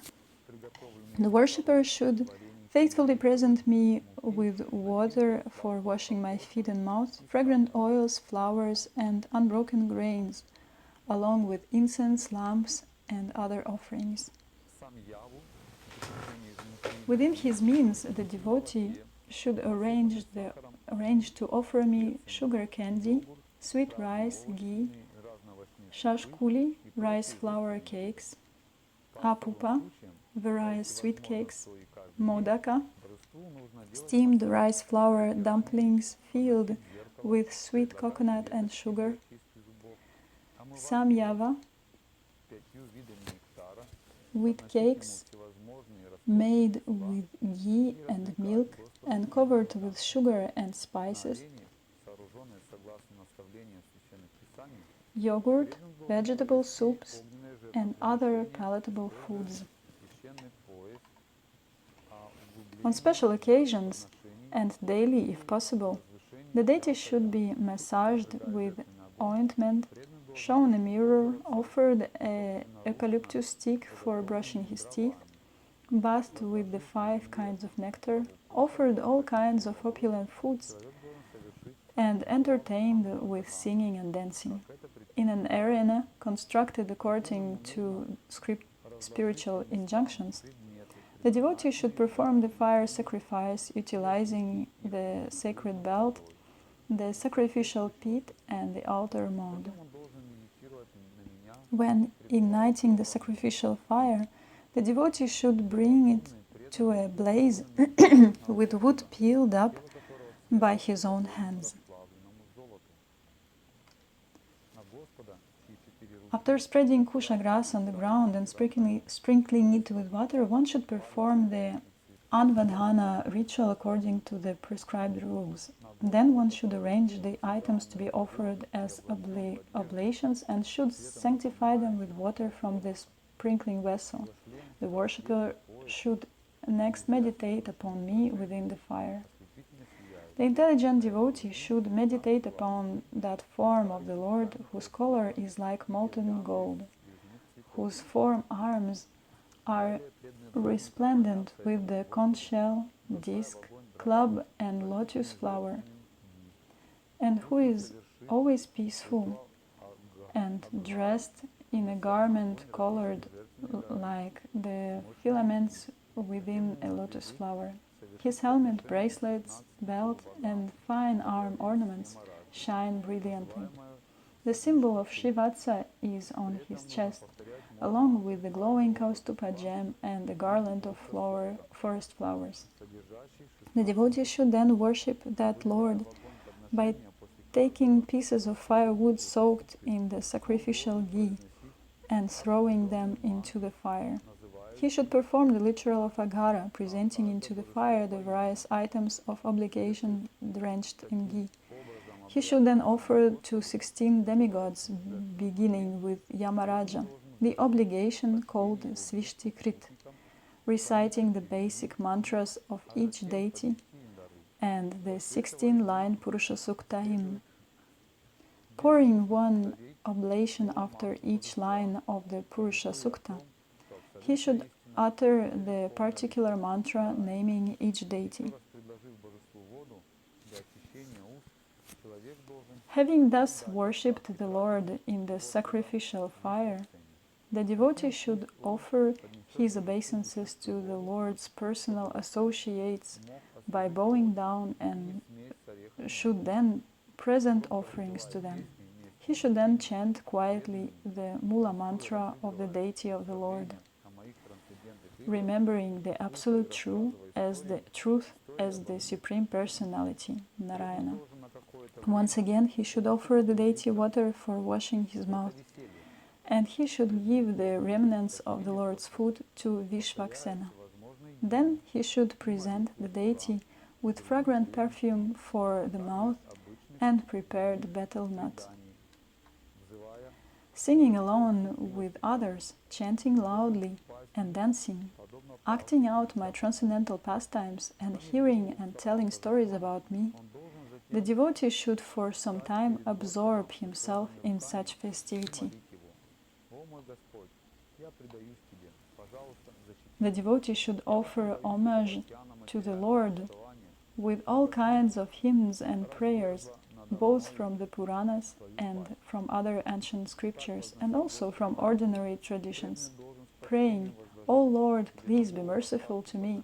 He should fall down flat like a rod to offer his obeisances. Placing his head at the feet of the deity, he should then stand with folded hands before the Lord and pray, "O my Lord, please protect me, who am surrendered to you. I am most fearful of this ocean of material existence, standing as I am in the mouth of death." Praying in this way, the devotee should respectfully place upon his head the remnants I offer to him. And if the particular deity is meant to be sent away at the end of the worship, then this should be performed. The devotee once again placing the light of the deity's presence inside the light of the lotus within his own heart.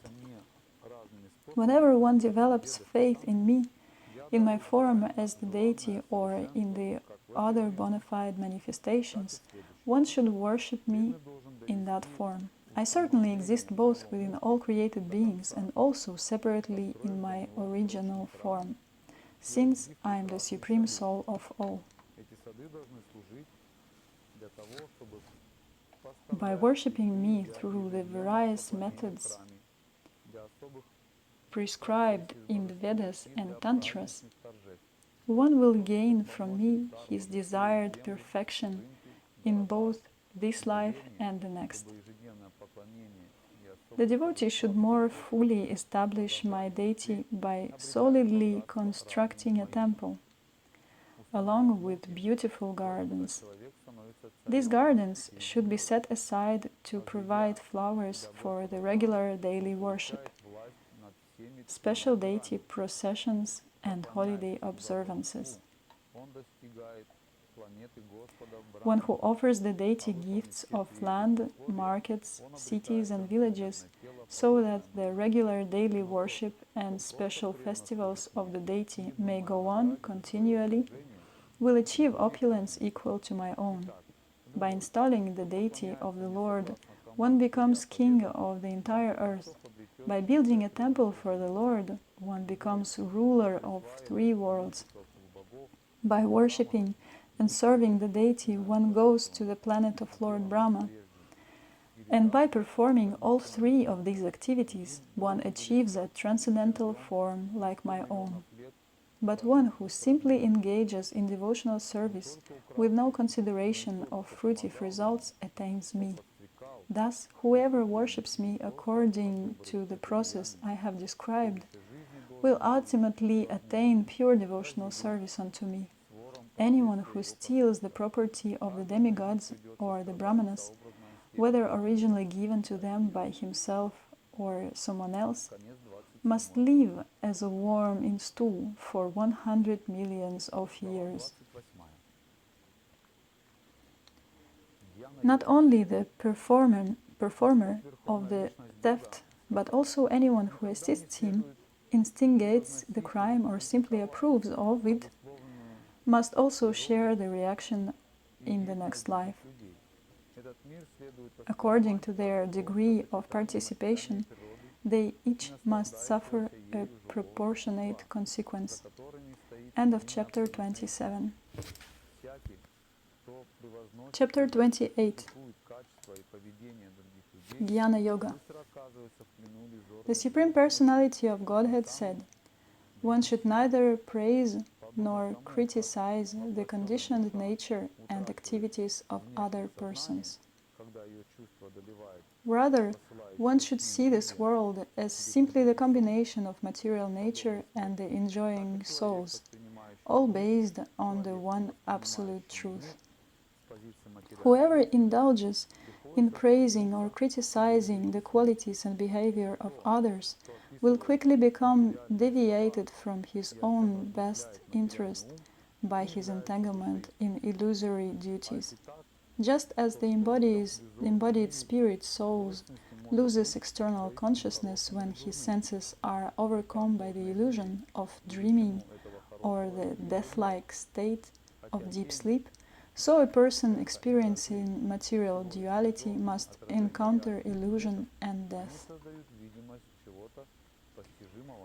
That which is expressed by material worlds or meditated upon by the material mind is not the ultimate truth. What, therefore, is actually good or bad within this insubstantial world of duality, and how can the extent of such good and bad be measured? Although shadows, echoes, and mirages are only illusory reflections of real things, such reflections do cause a semblance of meaningful or comprehensible perception. In the same way, although the identification of the conditioned soul with the material body, mind, and ego is illusory, this identification generates fear within him even up to the moment of death. The Super-Soul alone is the ultimate controller and creator of this world, and thus he alone is also the created. Similarly, the soul of all existence himself both maintains and maintained, withdraws and is withdrawn. No other entity can be properly ascertained as separate from him, the Supreme Soul, who nonetheless is distinct from everything and everyone else. The appearance of the threefold material nature, which is perceived within him, has no actual basis. Rather, you should understand that this material nature, composed of 3 modes, is simply the product of his illusory potency. One who has properly understood the process of becoming firmly fixed in theoretical and realized knowledge, as described herein by me, does not indulge in material criticism or praise. Like the sun, he wanders freely throughout this world.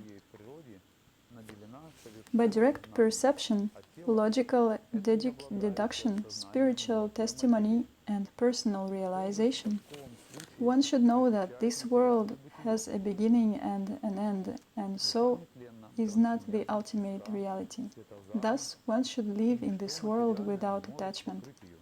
Sri Uddhava said, "My dear Lord, It is not possible for this material existence to be the experience of either the soul, who is the seer, or the body, which is the seen object. On the one hand, the spirit soul is innately endowed with perfect knowledge, and on the other hand, the material body is not a conscious living entity. To whom then does this experience of material existence pertain? The spirit soul is inexhaustible, transcendental, pure, self-luminous, and never covered by anything material. It is like fire, but the non-living material body, like firewood, is dull and unaware. So, in this world, who is it that actually undergoes the experience of material life? The Supreme Personality of Godhead said,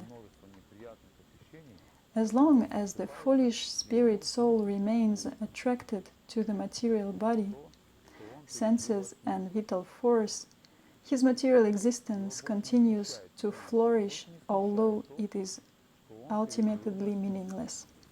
Actually, the living entity is transcendental to material existence. But because of his mentality of lording it over material nature, his material existential condition does not cease. And just as in a dream, he is affected by all sorts of disadvantages. Although while dreaming a person experiences many undesirable things, upon awakening, he is no longer confused by the dream experiences. Lamentation, elation, fear, anger, greed, confusion and hankering, as well as birth and death, are experiences of the false ego and not of the pure soul. The living entity who falsely identifies with his body, senses, life, air, and mind, and who dwells within these coverings, assumes the form of his own materially conditioned qualities and work. He is designated variously in relation to the total material energy, and thus, under the strict control of Supreme Time, he is forced to run here and there within material existence. Although the false ego has no factual basis, it is perceived in many forms as the functions of the mind, speech, life, air, and bodily faculties. But with the sword of transcendental knowledge, sharpened by worship of a bona fide spiritual master, a sober sage will cut off this false identification and live in this world free from all material attachment. Real spiritual knowledge is based on the discrimination of spirit from matter, and it is cultivated by scriptural evidence, austerity, direct perception, reception of the Puranas, historical narrations, and logical inference. The absolute truth, which alone was present before the creation of the universe, and which alone will remain after its destruction, is also the time factor and the ultimate cause. Even in the middle stage of this creation's existence, the absolute truth alone is the actual reality. Gold alone is present before its manufacture into gold products. The gold alone remains after the product's destruction.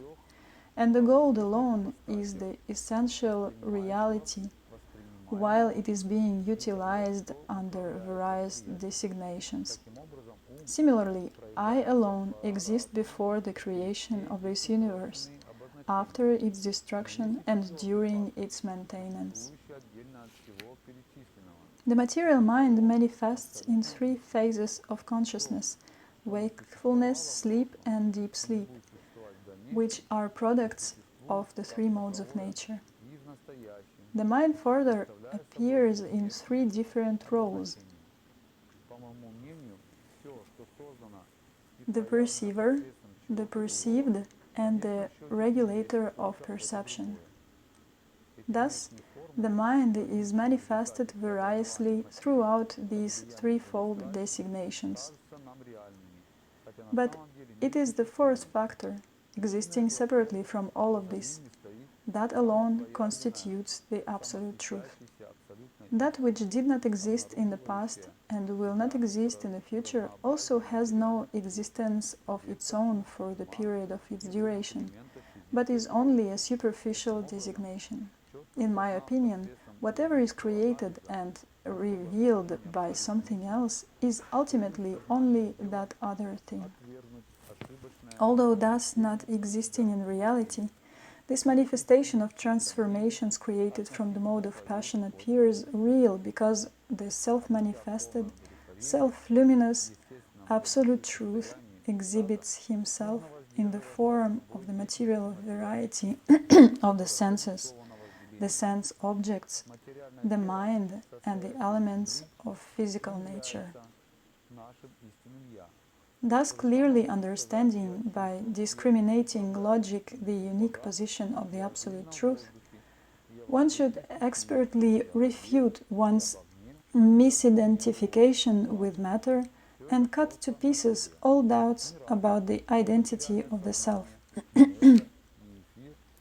Becoming satisfied in the soul's natural ecstasy, one should desist from all lusty engagements of the material senses. The material body made of earth is not the true self, nor are the senses their presiding demigods or the air of life, nor is the external air, water or fire or one's mind. All these are simply matter. Similarly, neither one's intelligence, material consciousness, nor ego, nor the elements of ether or earth, nor the objects of sense perception, nor even the primeval state of material equilibrium can be considered the actual identity of the soul. For one who has properly realized my personal identity as the Supreme Godhead, what credit is there if his senses, mere products of the material modes, are perfectly concentrated in meditation? And on the other hand, what blame is incurred if his senses happen to become agitated? Indeed, what does it mean to the sun if the clouds come and go? The sky may display the various qualities of the air, fire, water, and earth that pass through it, as well as such qualities as heat and cold, which continually come and go with the seasons. Yet the sky is never entangled with any of these qualities. Similarly, the Supreme Absolute Truth is never entangled with the contaminations of goodness, passion, and ignorance, which cause the material transformations of the false ego. Nevertheless, until by firmly practicing devotional service to me, one has completely eliminated from his mind all contamination of material passion, one must very carefully avoid associating with the material modes, which are produced by my illusory energy. Just as an improperly treated disease recurs and gives repeated distress to the patient, the mind that is not completely purified of its perverted tendencies will remain attached to material things and repeatedly torment the imperfect yogi. Sometimes the progress of imperfect transcendentalists is checked by attachment to family members, disciples or others, who are sent by envious demigods for that purpose. But on the strength of their accumulated advancement, such imperfect transcendentalists will resume their practice of yoga in their next life. They will never again be trapped in the network of fruitive work.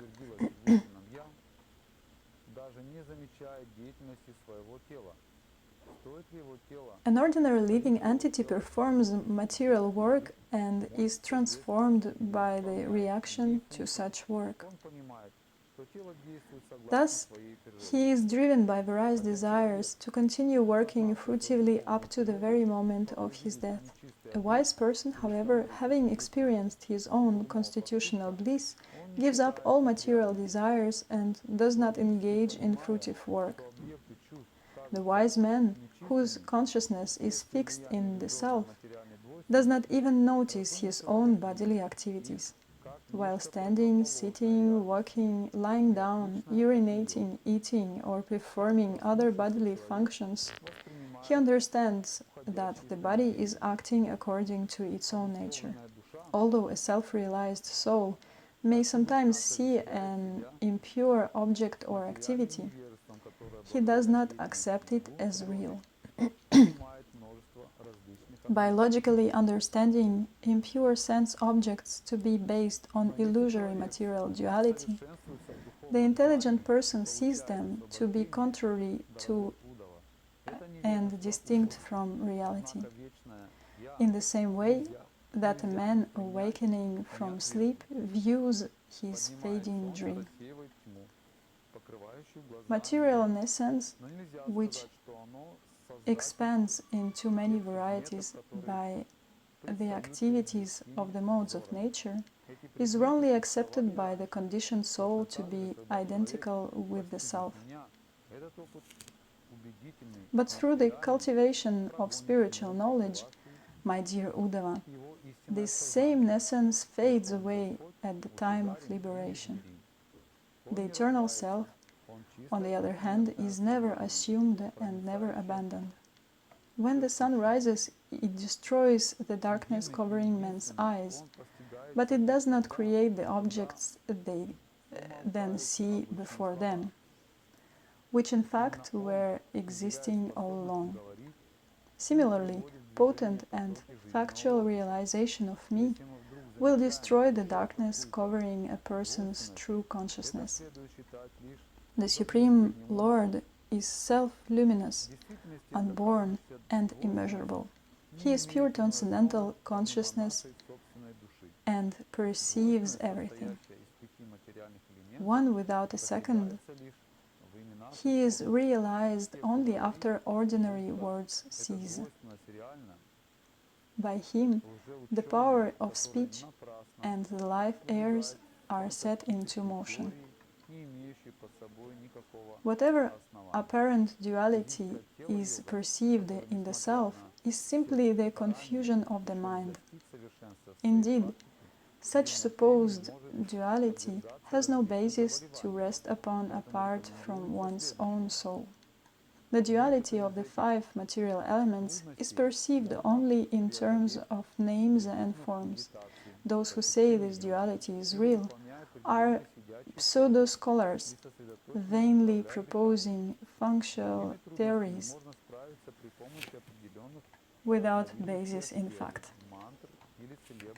The physical body of the endeavoring yogi, who is not yet mature in his practice, may sometimes be overcome by various disturbances. Therefore, the following process is recommended.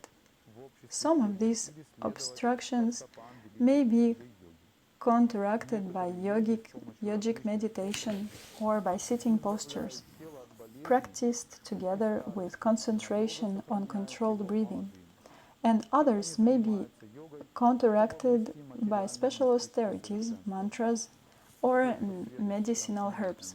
These inauspicious disturbances can be gradually removed by constant remembrance of me, by congregational hearing and chanting of my holy names, or by following in the footsteps of the great masters of yoga. By various methods, some yogis free the body from diseases and old age and keep it perpetually youthful. Thus they engage in yoga for the purpose of achieving material mystic perfections. This mystic bodily perfection is not valued very highly by those expert in transcendental knowledge. Indeed, they consider endeavor for such perfection useless, since the soul, like a tree, is permanent, but the body, like a tree's fruit, is subject to destruction. Although the physical body may be improved by various processes of yoga, an intelligent person who has dedicated his life to me does not place his faith in the prospect of perfecting his physical body through yoga, and in fact he gives up such procedures. The yogi who has taken shelter of me remains free from hankering because he experiences the happiness of the soul within. Thus, while executing his process of yoga, he is never defeated by obstacles. End of chapter 28. Dear Lord Achyuta, I fear that the method of yoga described by you is very difficult for one who cannot control his mind. Therefore, please explain to me in simple terms how someone can more easily execute it. O lotus-eyed Lord, generally those yogis who try to steady the mind experience frustration because of their inability to perfect the state of trance. Thus, they vary in their attempt to bring the mind under control. Therefore, O lotus-eyed Lord of the universe, swan-like men happily take shelter of your lotus feet, the source of all transcendental ecstasy.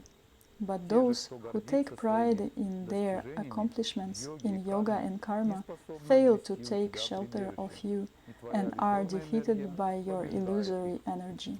My dear infallible Lord, it is not very astonishing that you intimately approach your servants who have taken exclusive shelter of you. After all, during your appearance as Lord Ramachandra, even while great demigods like Brahma were vying to place the effulgent tips of their helmets upon the cushion where your lotus feet rested, you displayed special affection for monkeys such as Hanuman because they had taken exclusive shelter of you. Who then could dare reject you, the very soul, the most dear object of worship and the supreme Lord of all? You who give all possible perfections to the devotees who take shelter to you. Who could be so ungrateful, knowing the benefits you bestow?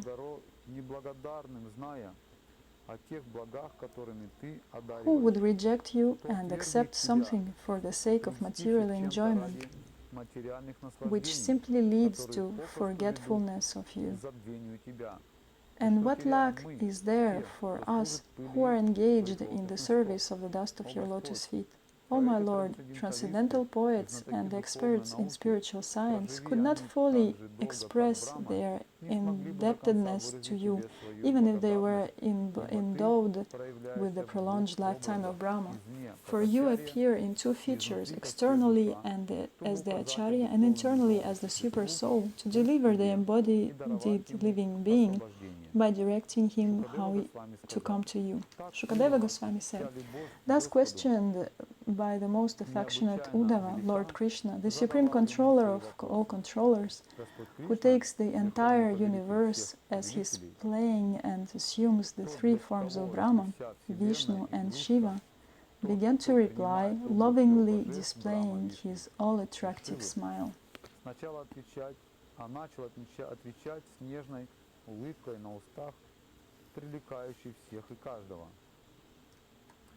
The Supreme Personality of Godhead said, yes, I shall describe to you the principles of devotion to me, by executing which a mortal human being will conquer unconquerable death. Always remembering me, one should perform all his duties for me without becoming impetuous. With mind and intelligence offered to me, one should fix his mind in attraction to me, to my devotional service. One should take shelter of holy places where my saintly devotees reside. and one should be guided by the exemplary activities of my devotees, who appear among the demigods, demons, and human beings. Either alone or in public gatherings, with singing, dancing, and other exhibitions of royal opulence, one should arrange to celebrate those holy days, ceremonies, and festivals set aside specially for my worship. With a pure heart, one should see me, the Supreme Soul, within all beings and also within oneself, to be both unblemished by anything material and also present everywhere, both externally and internally, just like omnipresent sky. O brilliant Uddhava, one who thus views all living entities with the idea that I am present within each of them, and who by taking shelter of this divine knowledge offers due respect to everyone, is considered actually wise. Such a man sees equally the Brahmana and the outcast, the thief and the charitable promoter of Brahmanical culture, the sun and the tiny sparks of fire, the gentle and the cruel. For him who constantly meditates upon my presence within all persons, the bad tendencies of rivalry, envy, and abusiveness, along with false ego, are very quickly destroyed.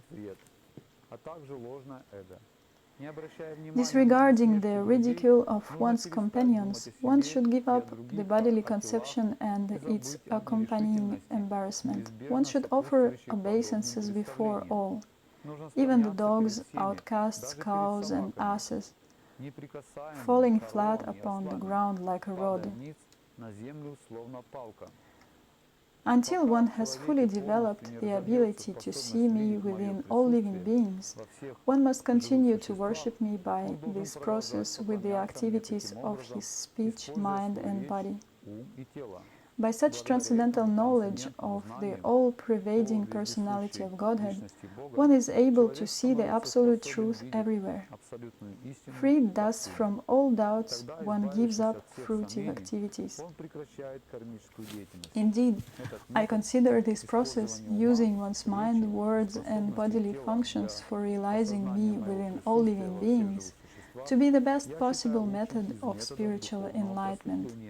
My dear Uddhava, because I have personally established it, this process of devotional service unto me is transcendental and free from any material motivation.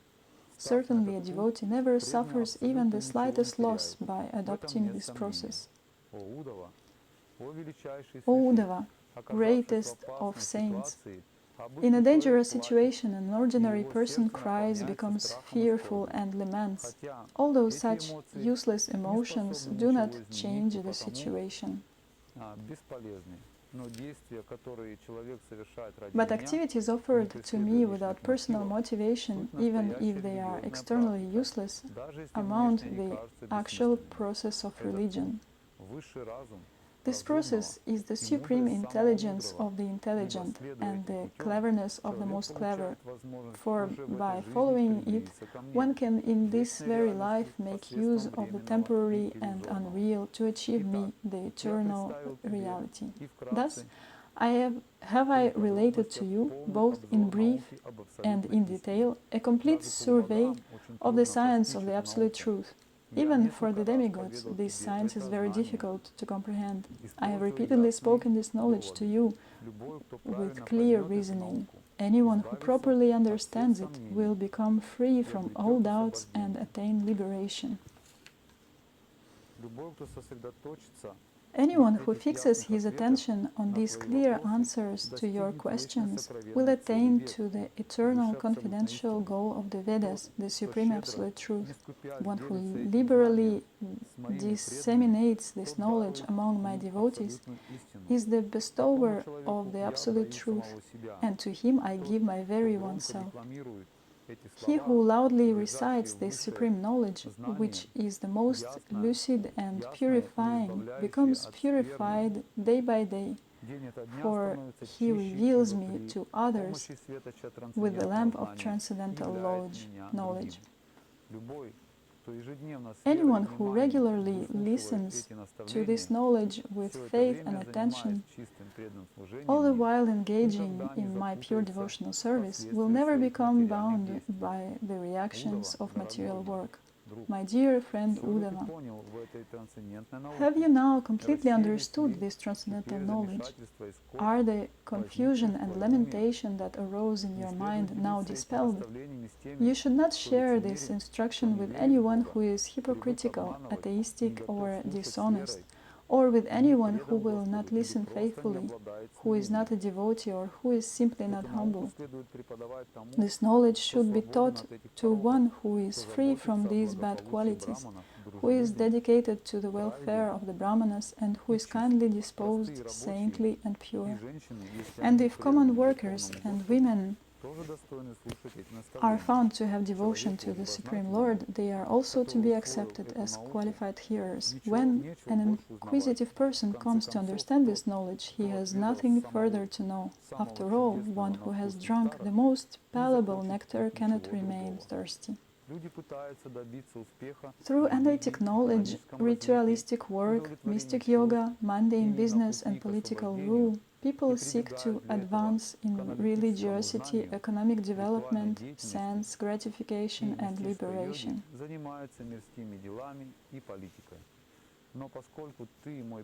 But because you are my devotee, whatever man can accomplish in these multifarious ways, you will very easily find within me. A person who gives up all fruitive activities and offers himself entirely to me, eagerly desiring to render service unto me, achieves liberation from birth and death, and is promoted to the status of sharing my own opulences. Shukadeva Goswami said, hearing these words spoken by Lord Krishna, and having thus been shown the entire path of yoga, Uddhava folded his hands to offer obeisances, but his throat choked up with love and his eyes overflowed with tears, so he could say nothing. Steadying his mind, which had become overwhelmed with love, Uddhava felt extremely grateful to Lord Krishna, the greatest hero of the Yadu dynasty.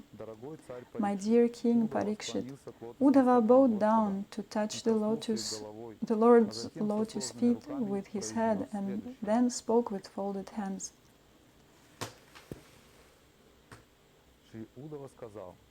Sri Uddhava said, O unborn, primeval Lord, although I had fallen into the great darkness of illusion, my ignorance has now been dispelled by your merciful association. Indeed, how can cold, darkness, and fear exert their power over one who has approached the brilliant sun? In return for my insignificant surrender, you have mercifully bestowed upon me, your servant, the torchlight of transcendental knowledge. Therefore, what devotee of yours who has any gratitude could ever give up your lotus feet and take shelter of another master? The firmly binding rope of my affection for the families of the Darsharats, Vrishnis, Adhakas, and Sattvatas, a rope you urgently cast over me by your illusory energy for the purpose of developing your creation, is now cut off by the weapon of transcendental knowledge of the self. Obeisances unto you, O greatest yogi. Please instruct me, who am surrendered unto you, how I may have undeviating attachment to your lotus feet. The Supreme Personality of Godhead said, My dear Uddhava, take my order and go to my ashrama called Badarika.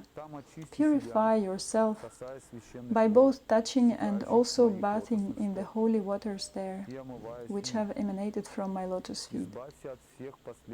Rid yourself of all sinful reactions with the sight of the sacred Alakananda river.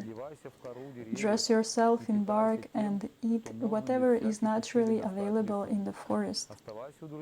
Thus you should remain content and free from desire, tolerant of all dualities, good-natured, self-controlled, peaceful, and endowed with transcendental knowledge and realization. With fixed attention, meditate constantly upon these instructions I have imparted to you and assimilate their essence. Fix your words and thoughts upon me, and always endeavor to increase your realization of my transcendental qualities. In this way, you will cross beyond the destinations of the three modes of nature and finally come back to me. Shukadeva Goswami said, thus addressed by Lord Krishna, those whose intelligence destroys all the sufferings of material life, Sri Uddhava circumambulated the Lord and then fell down, placing his head upon the Lord's feet. Although Uddhava was free from the influence of all material dualities, his heart was breaking, and at this time of departure he branched the Lord's lotus feet with his tears. Greatly fearing separation from him for whom he felt such indestructible affection, Uddhava was distraught and he could not give up the Lord's company. Finally, feeling great pain, he bowed down to the Lord again and again, placed the slippers of his master upon his head, and departed. Thereupon, placing the Lord deeply within his heart, the great devotee Uddhava went to Badarikashrama. By engaging there in austerities, he attained the Lord's personal abode, which had been described to him by the only friend of the universe, the Lord Krishna himself. Thus Lord Krishna, whose lotus feet are served by all great yoga masters, spoke to his devotee this nectarian knowledge, which comprises the entire ocean of spiritual bliss. Anyone within this universe who receives the narration with great faith is assured of liberation. I offer my obeisances to that Supreme Personality of Godhead, the original and greatest of all beings, Lord Sri Krishna. He is the author of the Vedas, and just to destroy his devotees' fear of material existence, like a bee, he has collected this nectarian essence of all knowledge and self-realization. Thus, he has awarded to his many devotees this nectar from the ocean of bliss, and by his mercy, they have drunk it. End of the chapter 29. So we have just a little bit more left in 11th chapter. This is what Lord Krishna has spoken to Uddhava, his last instructions to him. He will give no more such deep instructions in science of bhakti and other types of yoga. His conversation is finished and now he will leave this world. And the next chapter is named The Disappearance of the Yadu Dynasty. We will make a little pause and continue our reading. Thank you very much. I wish you a very good mood and see you.